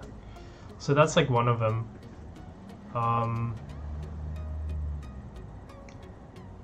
Let's see.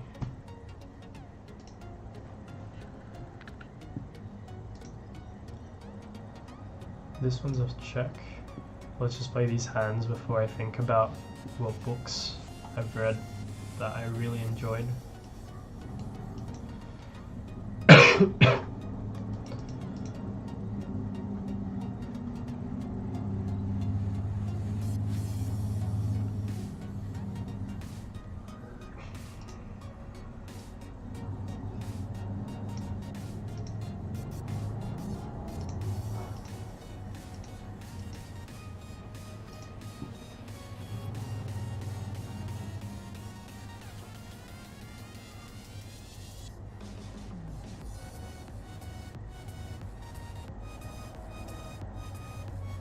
With the diamond, obviously, we're continuing.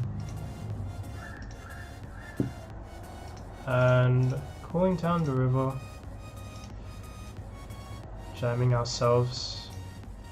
The thing with these kind of spots is that people generally don't check raise enough top pair combinations out of position in 3-bet pot that they have very many quads here. Also, the ones that they actually do check raise will probably be with the Jack X of diamonds type hands, so pair plus flush draw, like quite high equity, but the Jack of diamonds is on the board, so that significantly reduces the combos of quads that you can have. So that's why like turns like a pretty clear call.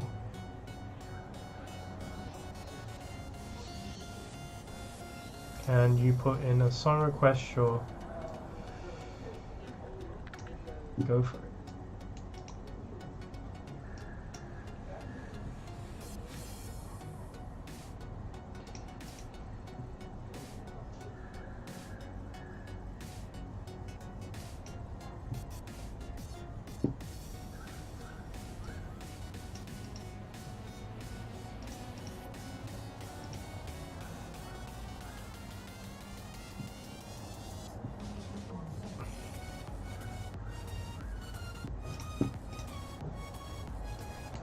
People didn't know better, they'd think that I'm drinking alcohol because this is a syrup bottle.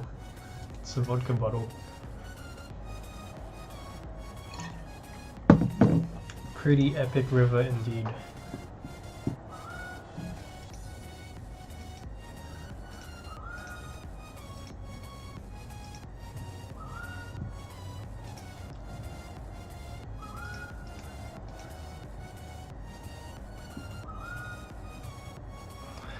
The birds are saying that it's bedtime outside. I don't know if you guys can hear them.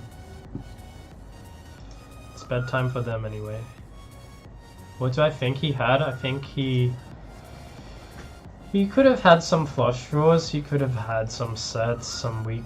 I don't know if he has 2-pair there. But like when you bet small, you occasionally see people just check raise on the pairs for protection, as the term that I would use to describe it. So he's just getting us to try to fold, well, he's trying to get us to fold like overs with equity usually when he's doing that. Occasionally I see King Queen as well with a diamond. So played this song that was requested by Frodo.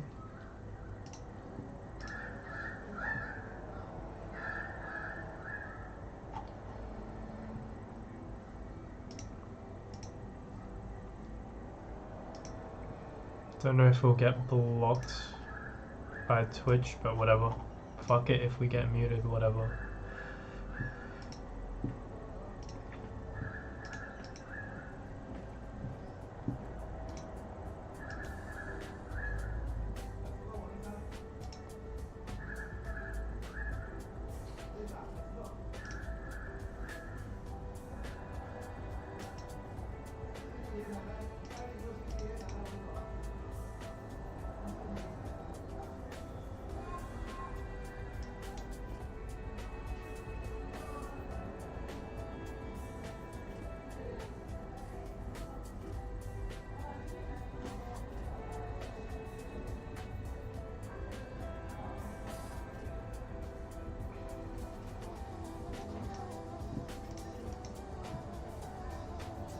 Pretty unusual line.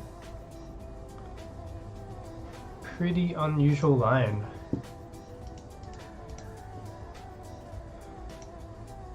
I mean, this is a board where people typically check a lot of their a6, so same with top set. Like, just so weird.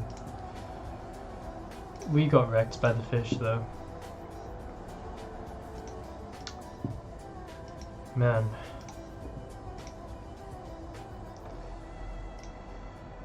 Sometimes the fancy lines are just the nuts, but I mean, I've seen some really spooey shit as well, and on a Friday it's just not a spot where you want to be folding when they can just punt. Especially with like turn size. If I bet a bit larger, then maybe I'd find a fold.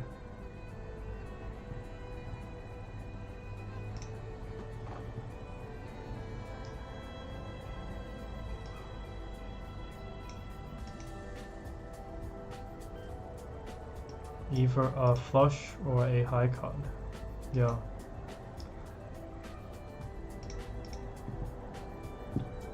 Potentially.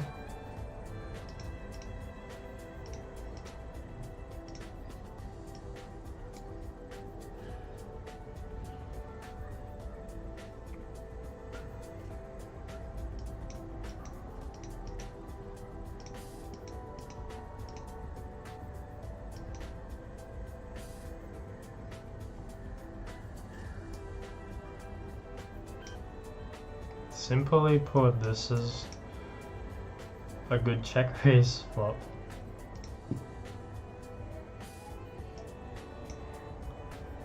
What is this?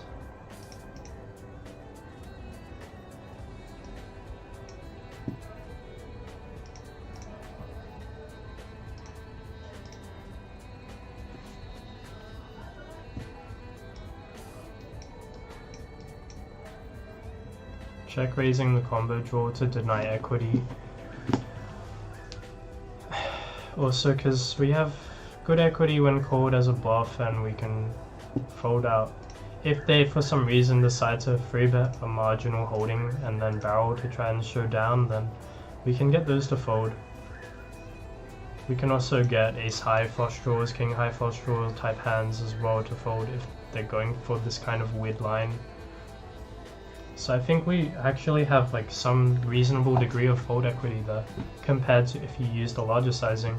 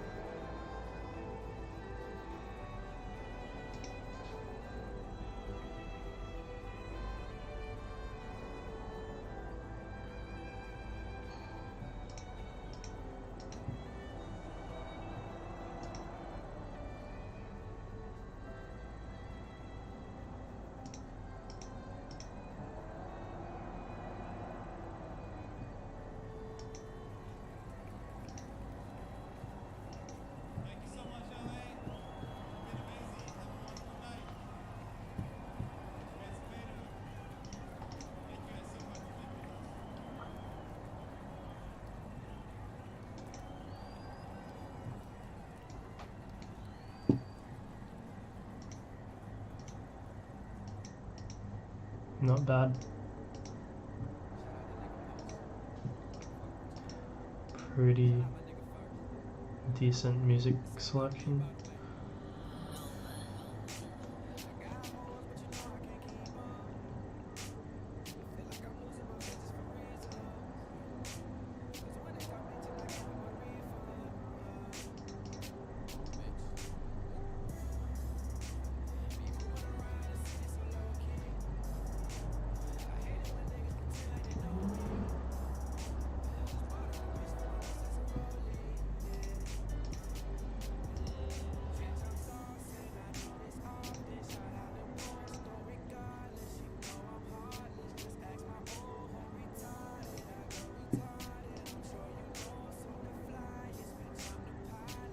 Hey Skulker.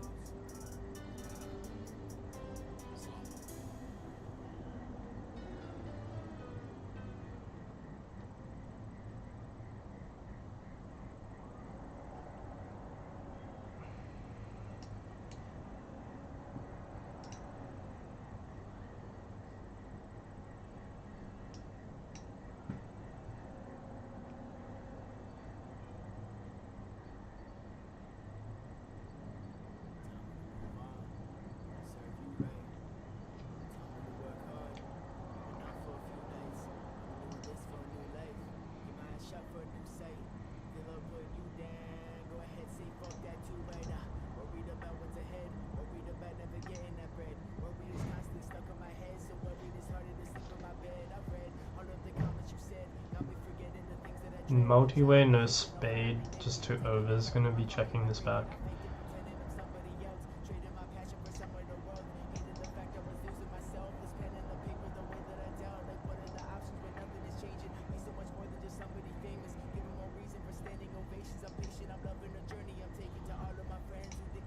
Pretty clear fold.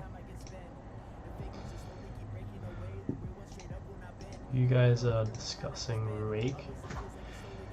Max rake $4 at 50 an hour, really?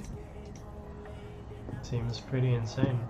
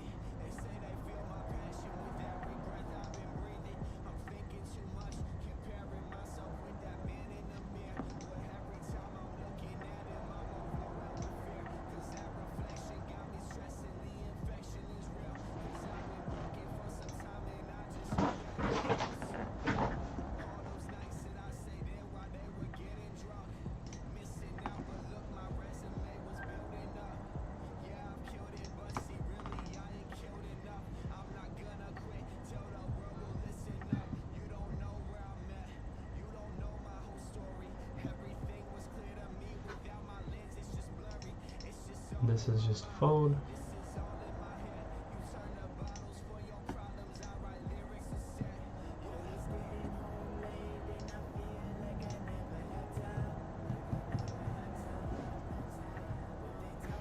Yeah, you'd think with this amount of rake they would have better software by now, but nope. I mean, why can't we get some like different bet size options apart from pot and half pot here? It's just ridiculous.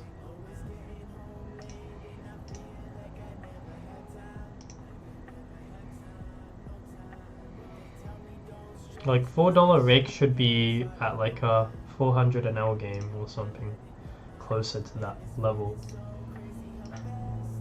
not at a 50. But I mean, the model seems to work, you know, high rake, more rake is better, right? Makes the game softer, as they say. I don't think he's over jamming a boat, and because it's a min raise, we just have odds to call.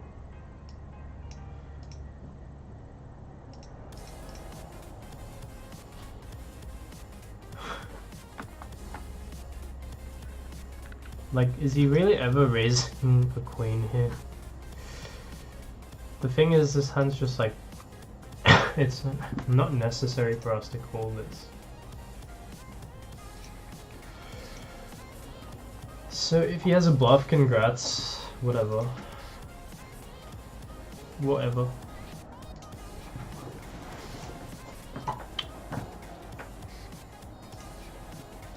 Credit to him for taking a funky looking line.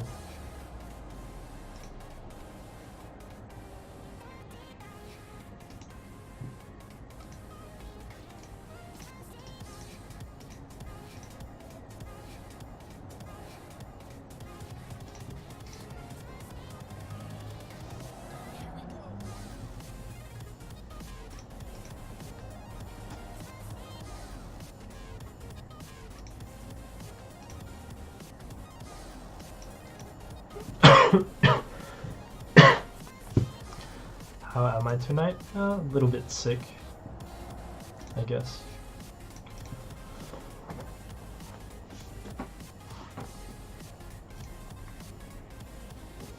But getting better. Session is going okay.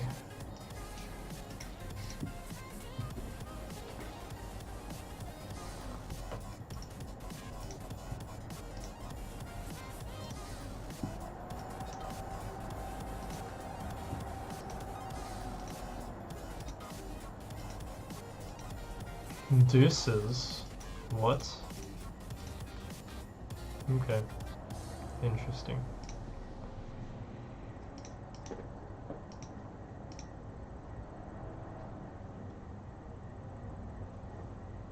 People seem kind of afraid to bluff there. I mean, if I had deuces, I think I'd just have to turn that into bluff on the river.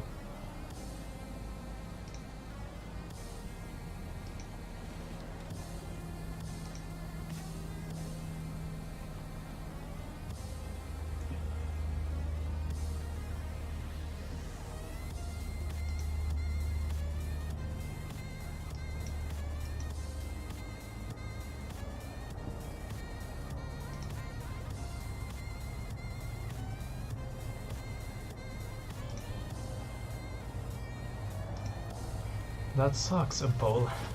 Nah, I don't live in Africa.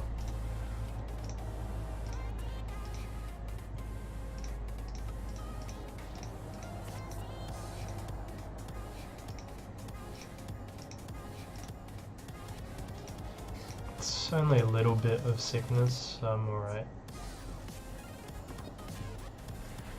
Not too severe.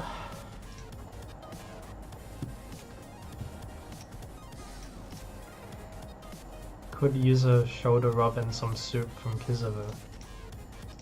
Sounds lovely.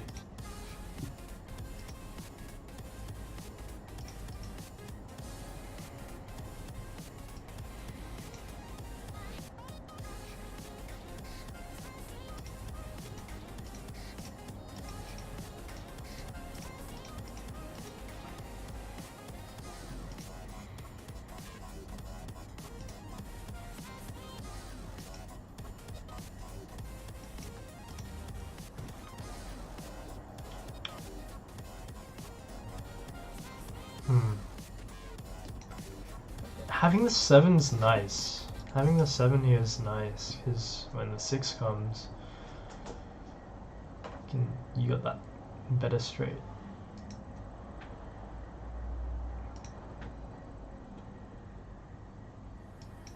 I'm just gonna bluff this. I don't really see a line taken too often where people are bet check calling. Okay, like that's not the most, that's not a great line, to be honest. You're probably better off just betting twice. I think his impression is that he just doesn't get enough calls on the river, which I think is not true.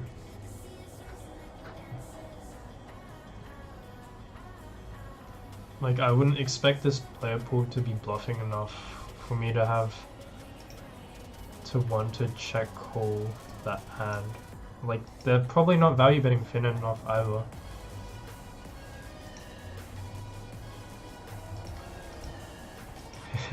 This is like 200 an hour.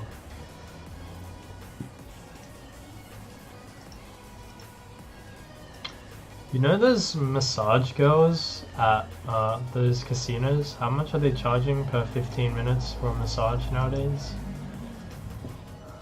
They make a lot of money. So if you ever feel like poker is not for you, you can just become a trained masseuse and give people massages while they're playing the main event or something. It's actually like a printing business.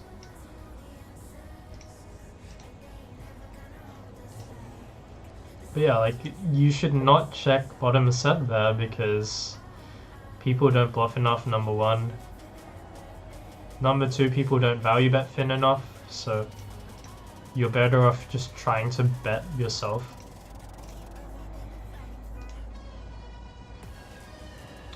Wow, just going into exploitative strat now. Ooh, giving too much away there. I think that's pretty intuitive.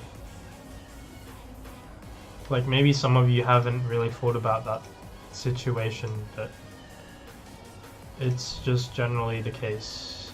There's a straight on the board. He can have Jack 10 offsuit in his range. makes this more of a check back on the flop and then a turn bet.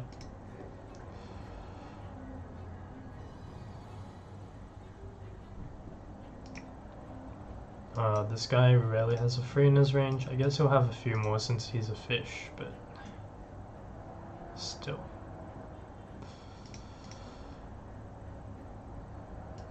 Turn, we will be checking this combination pretty often. This song again. I need to extend this playlist if we're gonna stream for 3 hours.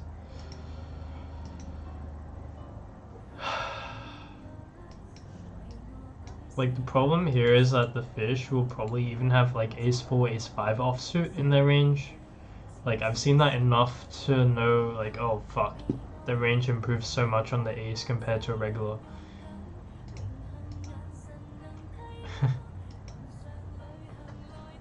They're pimps though. The company they work for takes the vast majority of money they charge. Really? Don't think so.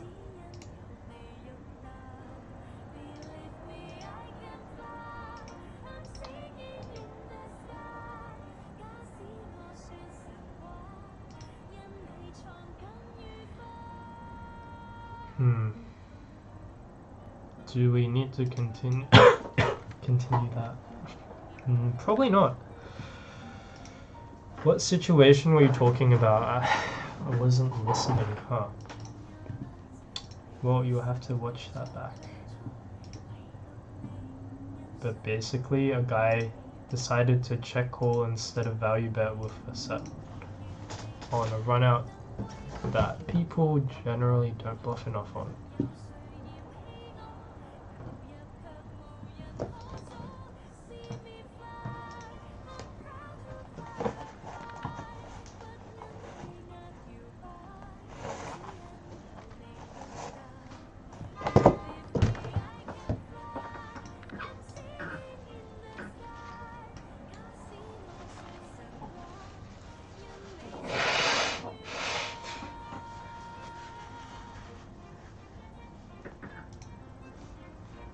Pretty clear looking flop check and check folding.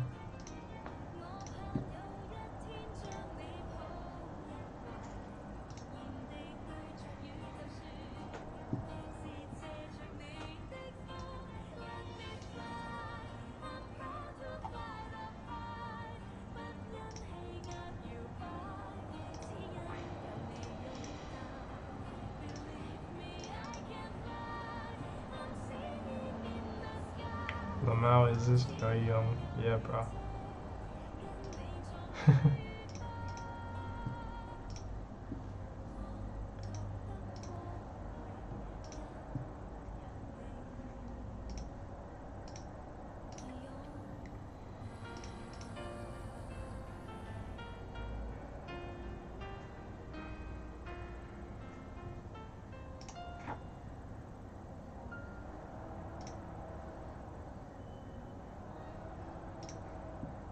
Been added to the stream playlist, so you get to hear it if you're watching the stream every single time.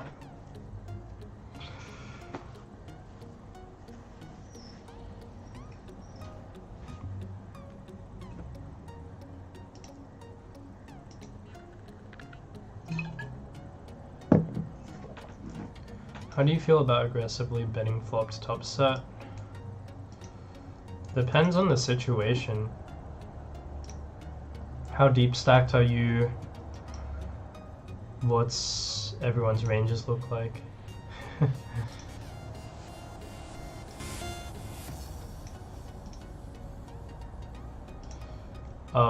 Very often top set will want to bet a bit smaller because of certain card removal effects that you have when you have top set. Please turn it up. I'll turn it up on the next time round that we get that song, which could be soon because I might just decide to replay it.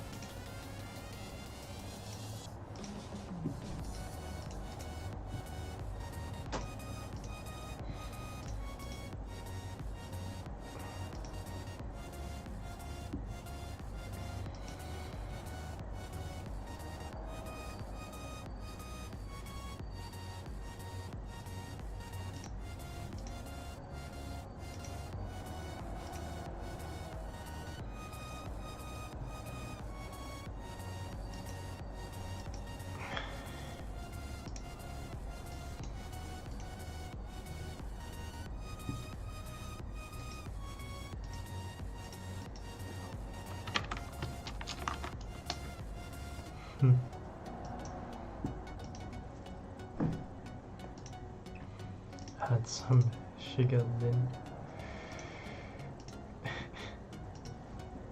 I mean, international audience, guys, so we'll just add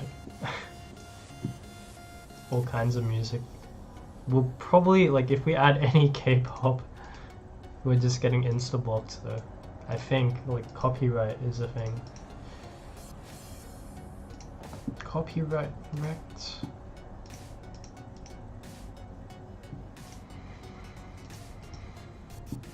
Wonder what he bet so large on the turn with. Was he just bluffing with a draw? Okay. He bitched it. He should have just jammed. Like, he has the nut flush blocker. Like, how do you bitch it so hard?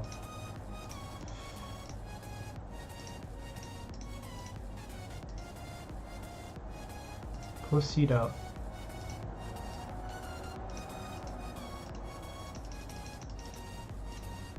Was it this one? No, it was the one before, I think. Did I just...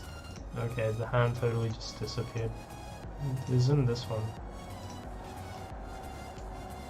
If I remember correctly. Or not. Whatever. The guy decided he didn't want to bluff.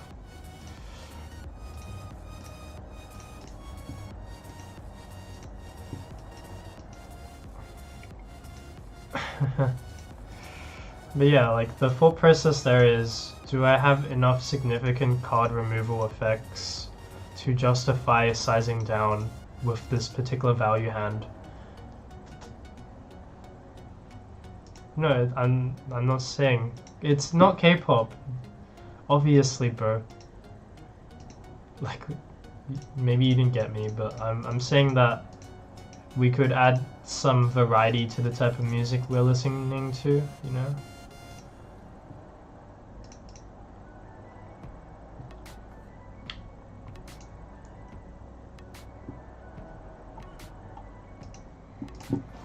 So yeah, sometimes with top set, it's very simply, oh fuck, I blocked too much value, I need to bet smaller.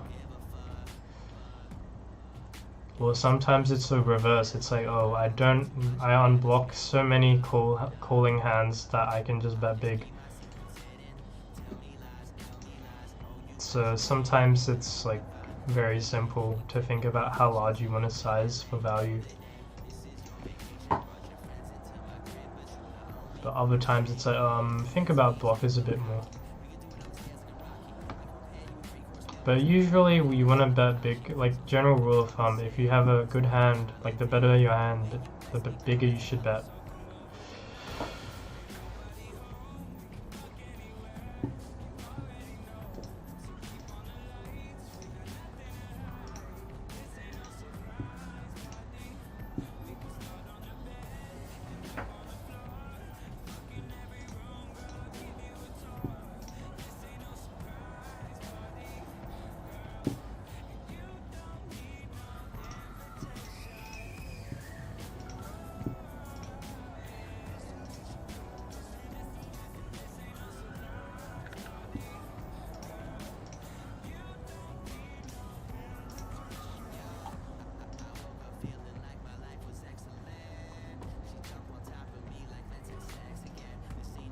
This is probably a good turn for him. I think a lot of people are checking back some of these second pairs, and that does improve him quite a bit.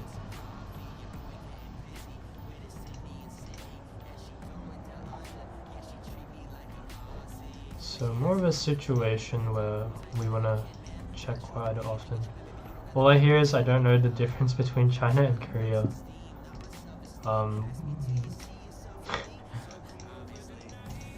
I don't have any comments about that. So it should be pretty clear that I do know the difference. I mean, like, what kind of Korean name would Lin be? That's a funny thing. It's like, if you're like a Westerner, you just can't differentiate between different Asian countries.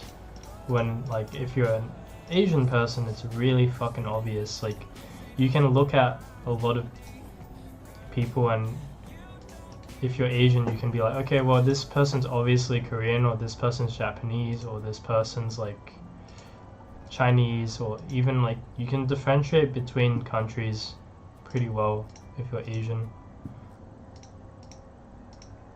Between Asian countries is what I'm saying. I mean, it's probably the reverse if you're not like, it's like that like typical like racial stereotype where everyone's like, oh, they all look the same, and that's just because like the facial features that are different between different regions aren't like recognized by a particular person because they haven't really been exposed to it. I mean, same with music, right? Or language in general. What was that thing that was coming out, like the whole like Yanni or Laurel thing? What did you guys hear from that? Because for me, I initially heard Laurel, and then the next day I heard Yanni, and then I trained my ears because I'm a musician to listen to both. So, oh wait, what am I doing? This is just a fold. You could call that sometimes, but leaning more towards a fold. But yeah, as a musician, you can train your ears to pay attention to both the lower pitch and the higher pitch in a particular piece of music.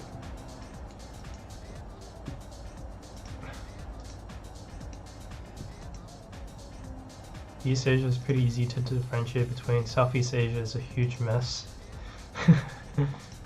Kind of. I mean, there are still differences. Just going to go with the check call line and realize my equity. Maybe we can make a royal. No royal though. Praying for the royal. Bad beat jackpot. But they don't actually have that. I remember when I was able to play on Tiger Gaming from Australia, and then they got rid of it. Pretty annoying. They had pretty decent games with the whole bad beat jackpot and everything going. Heard Laurel drop my bass amp and heard, yeah. The modulation changes everything. I heard Yanni, then Laurel, now it's permanently Laurel. Yeah, basically if you want to hear Laurel, you really want to focus on the really deep bass. You want to focus on the bass sounds, and then if you're trying to hear Yanni, you listen to the higher pitch, even though it's already like not that high pitch. Wow, this guy's just representing a nut, and I'm gonna give him credit because I don't think people do this enough as a buff.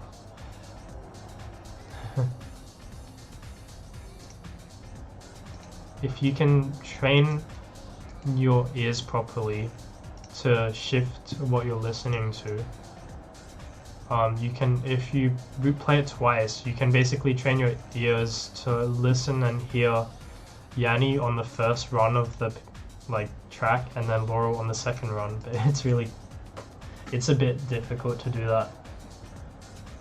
I remember when I took piano lessons, one of the trainings that you did was for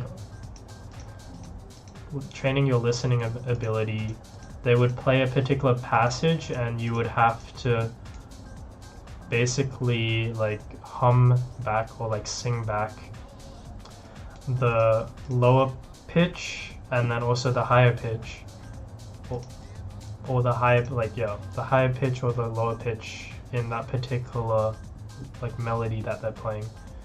pretty interesting.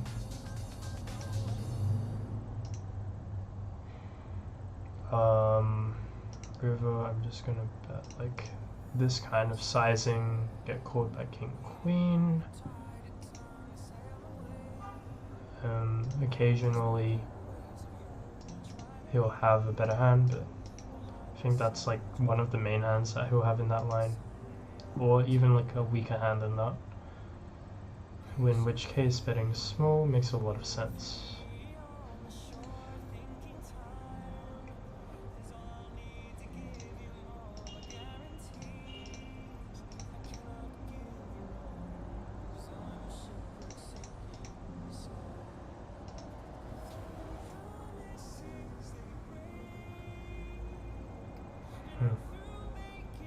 I like my sizing here because on a paired board people typically aren't really aware of how to split their ranges when you pick a small turn bet sizing, and they can continue in a pretty straightforward way when you go a bit larger, since they can defend a bit tighter.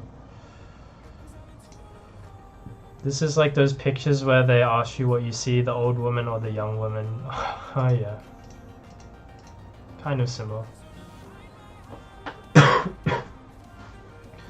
Yeah, as I was saying, you can challenge someone's defense frequencies there with a size that's smaller, whereas the larger sizing is a bit more straightforward to play against.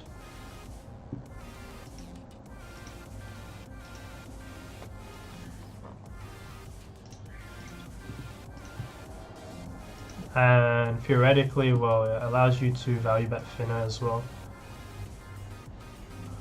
Do we jam or do we...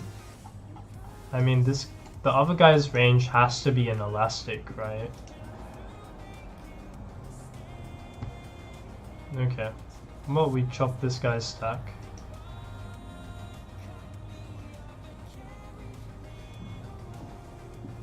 The younger generation usually say young, but the old usually say old.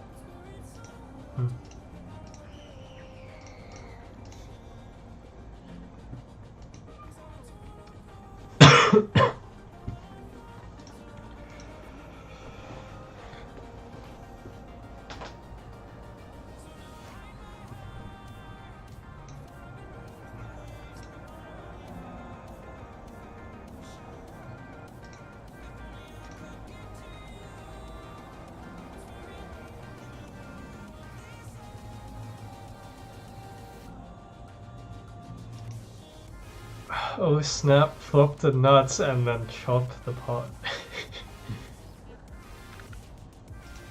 Rip.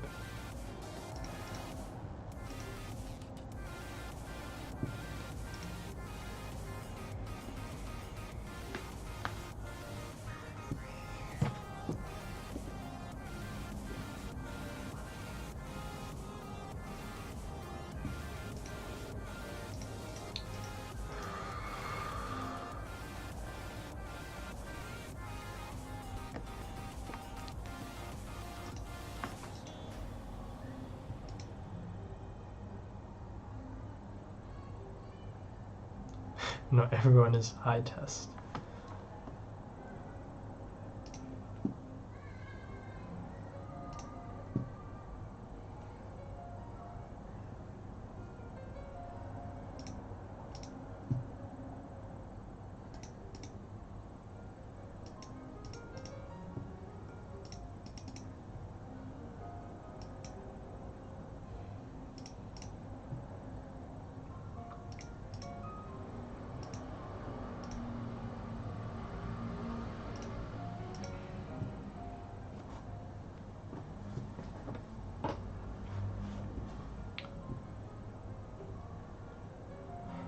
Bet, check, bet.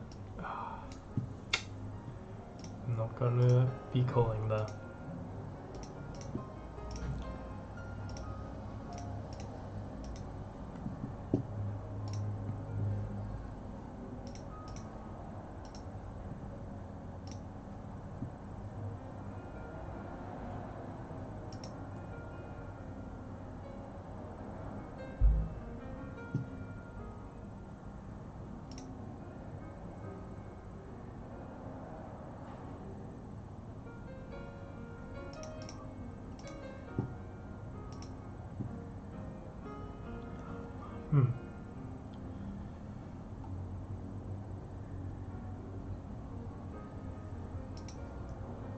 Bit of a weirder spot.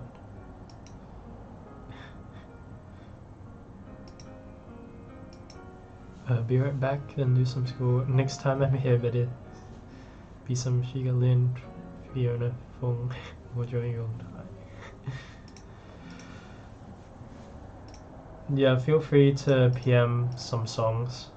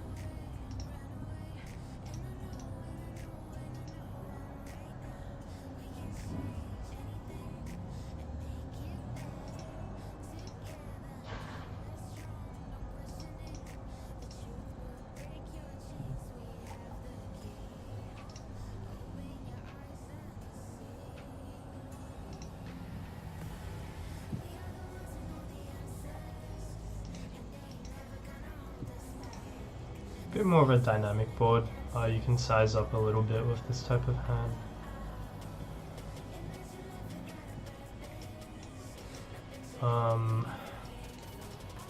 My general rule of thumb is go broke with top pair, top kicker pass here. Usually. On the flop anyway. General rule of thumb, and then like so your jamming range there will be a combination of some draws and some top pair and occasionally some sets, but actually sets usually just call.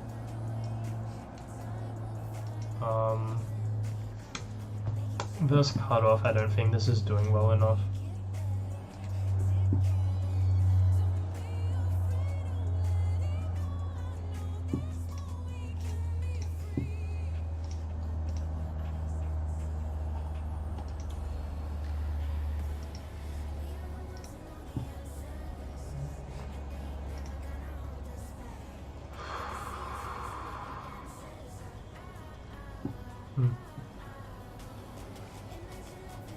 So 5 more minutes, and then I'm gonna wrap up the stream.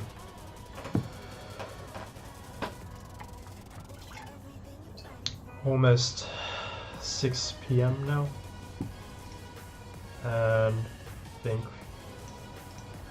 we're gonna get warned by hydration but after I end the stream, but I'm gonna finish this off.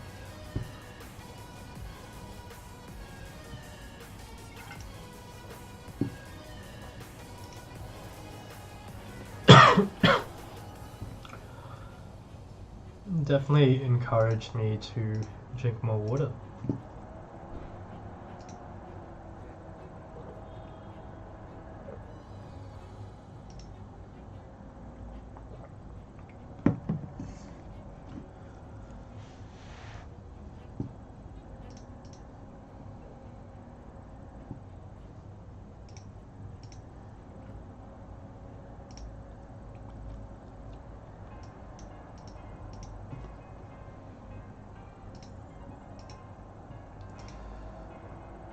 Don says, always jamming top pair, top kicker.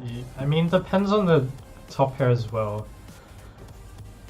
So, let's say the board is like 8-5 deuce. Like, ace-8 is very different in terms of like the value of that, or the strength of that hand, compared to, let's say, like ace-king on ace-8 deuce or something, right? Like, the higher the top pair is, the more willing you are to stack off with it, because they can have less overpairs. So in like a BB versus button situation, well, like, what's the best overpair that someone has when they call? Looks like a bottle of 80 proof. It's a bottle of Ciroc, actually. You can tell I handle my liquor well.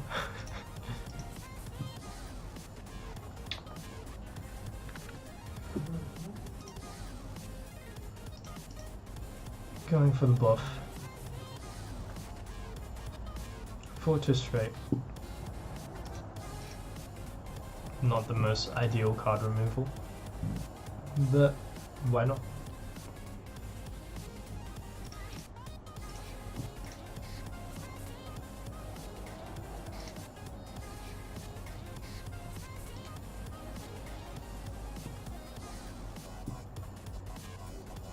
Situation where, because I'm out of position, I'm usually checking top set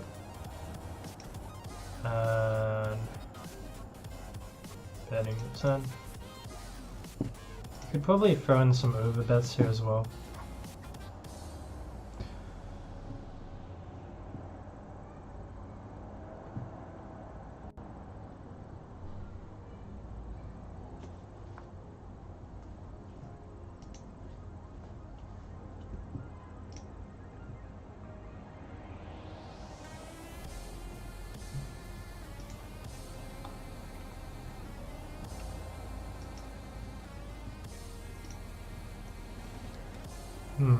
Min raise. I think this is still too weak though. Like 10-5 off would probably be the bottom of my range now. Maybe 10-6 offsuit. And then 10-3 just seems too weak to be playing even versus min raise in position.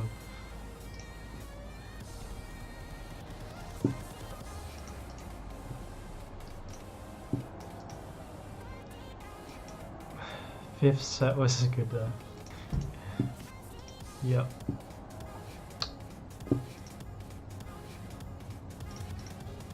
Four to a straight on the board, so can't really value bet that. But could bluff catch maybe.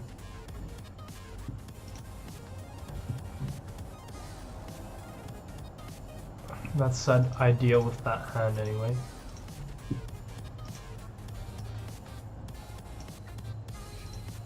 In terms of a stream, I don't think I'll be streaming this weekend because we're going to a 21st tomorrow, and yeah, don't think I'll have a weekend stream.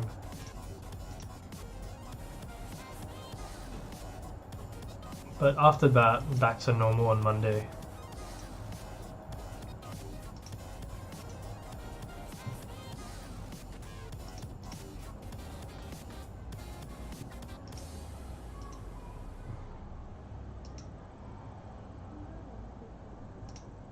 I could maybe squeeze in a stream in the morning though tomorrow if I really wanted to. We'll see. We shall see.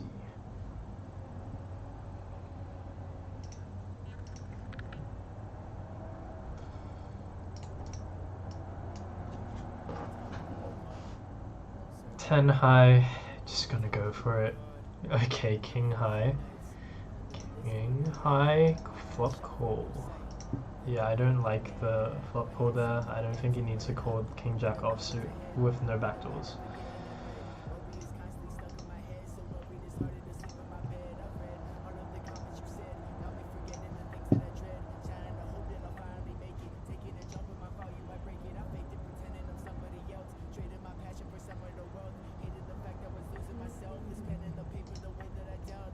You can definitely value bet even like ace high there, so I mean, alright, call with king jack, bro.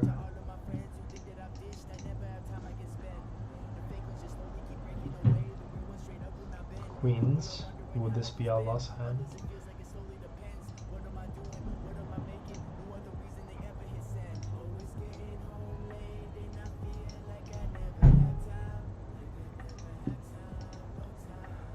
The syrup should kill all the bugs. hope so. Alright, see you guys later.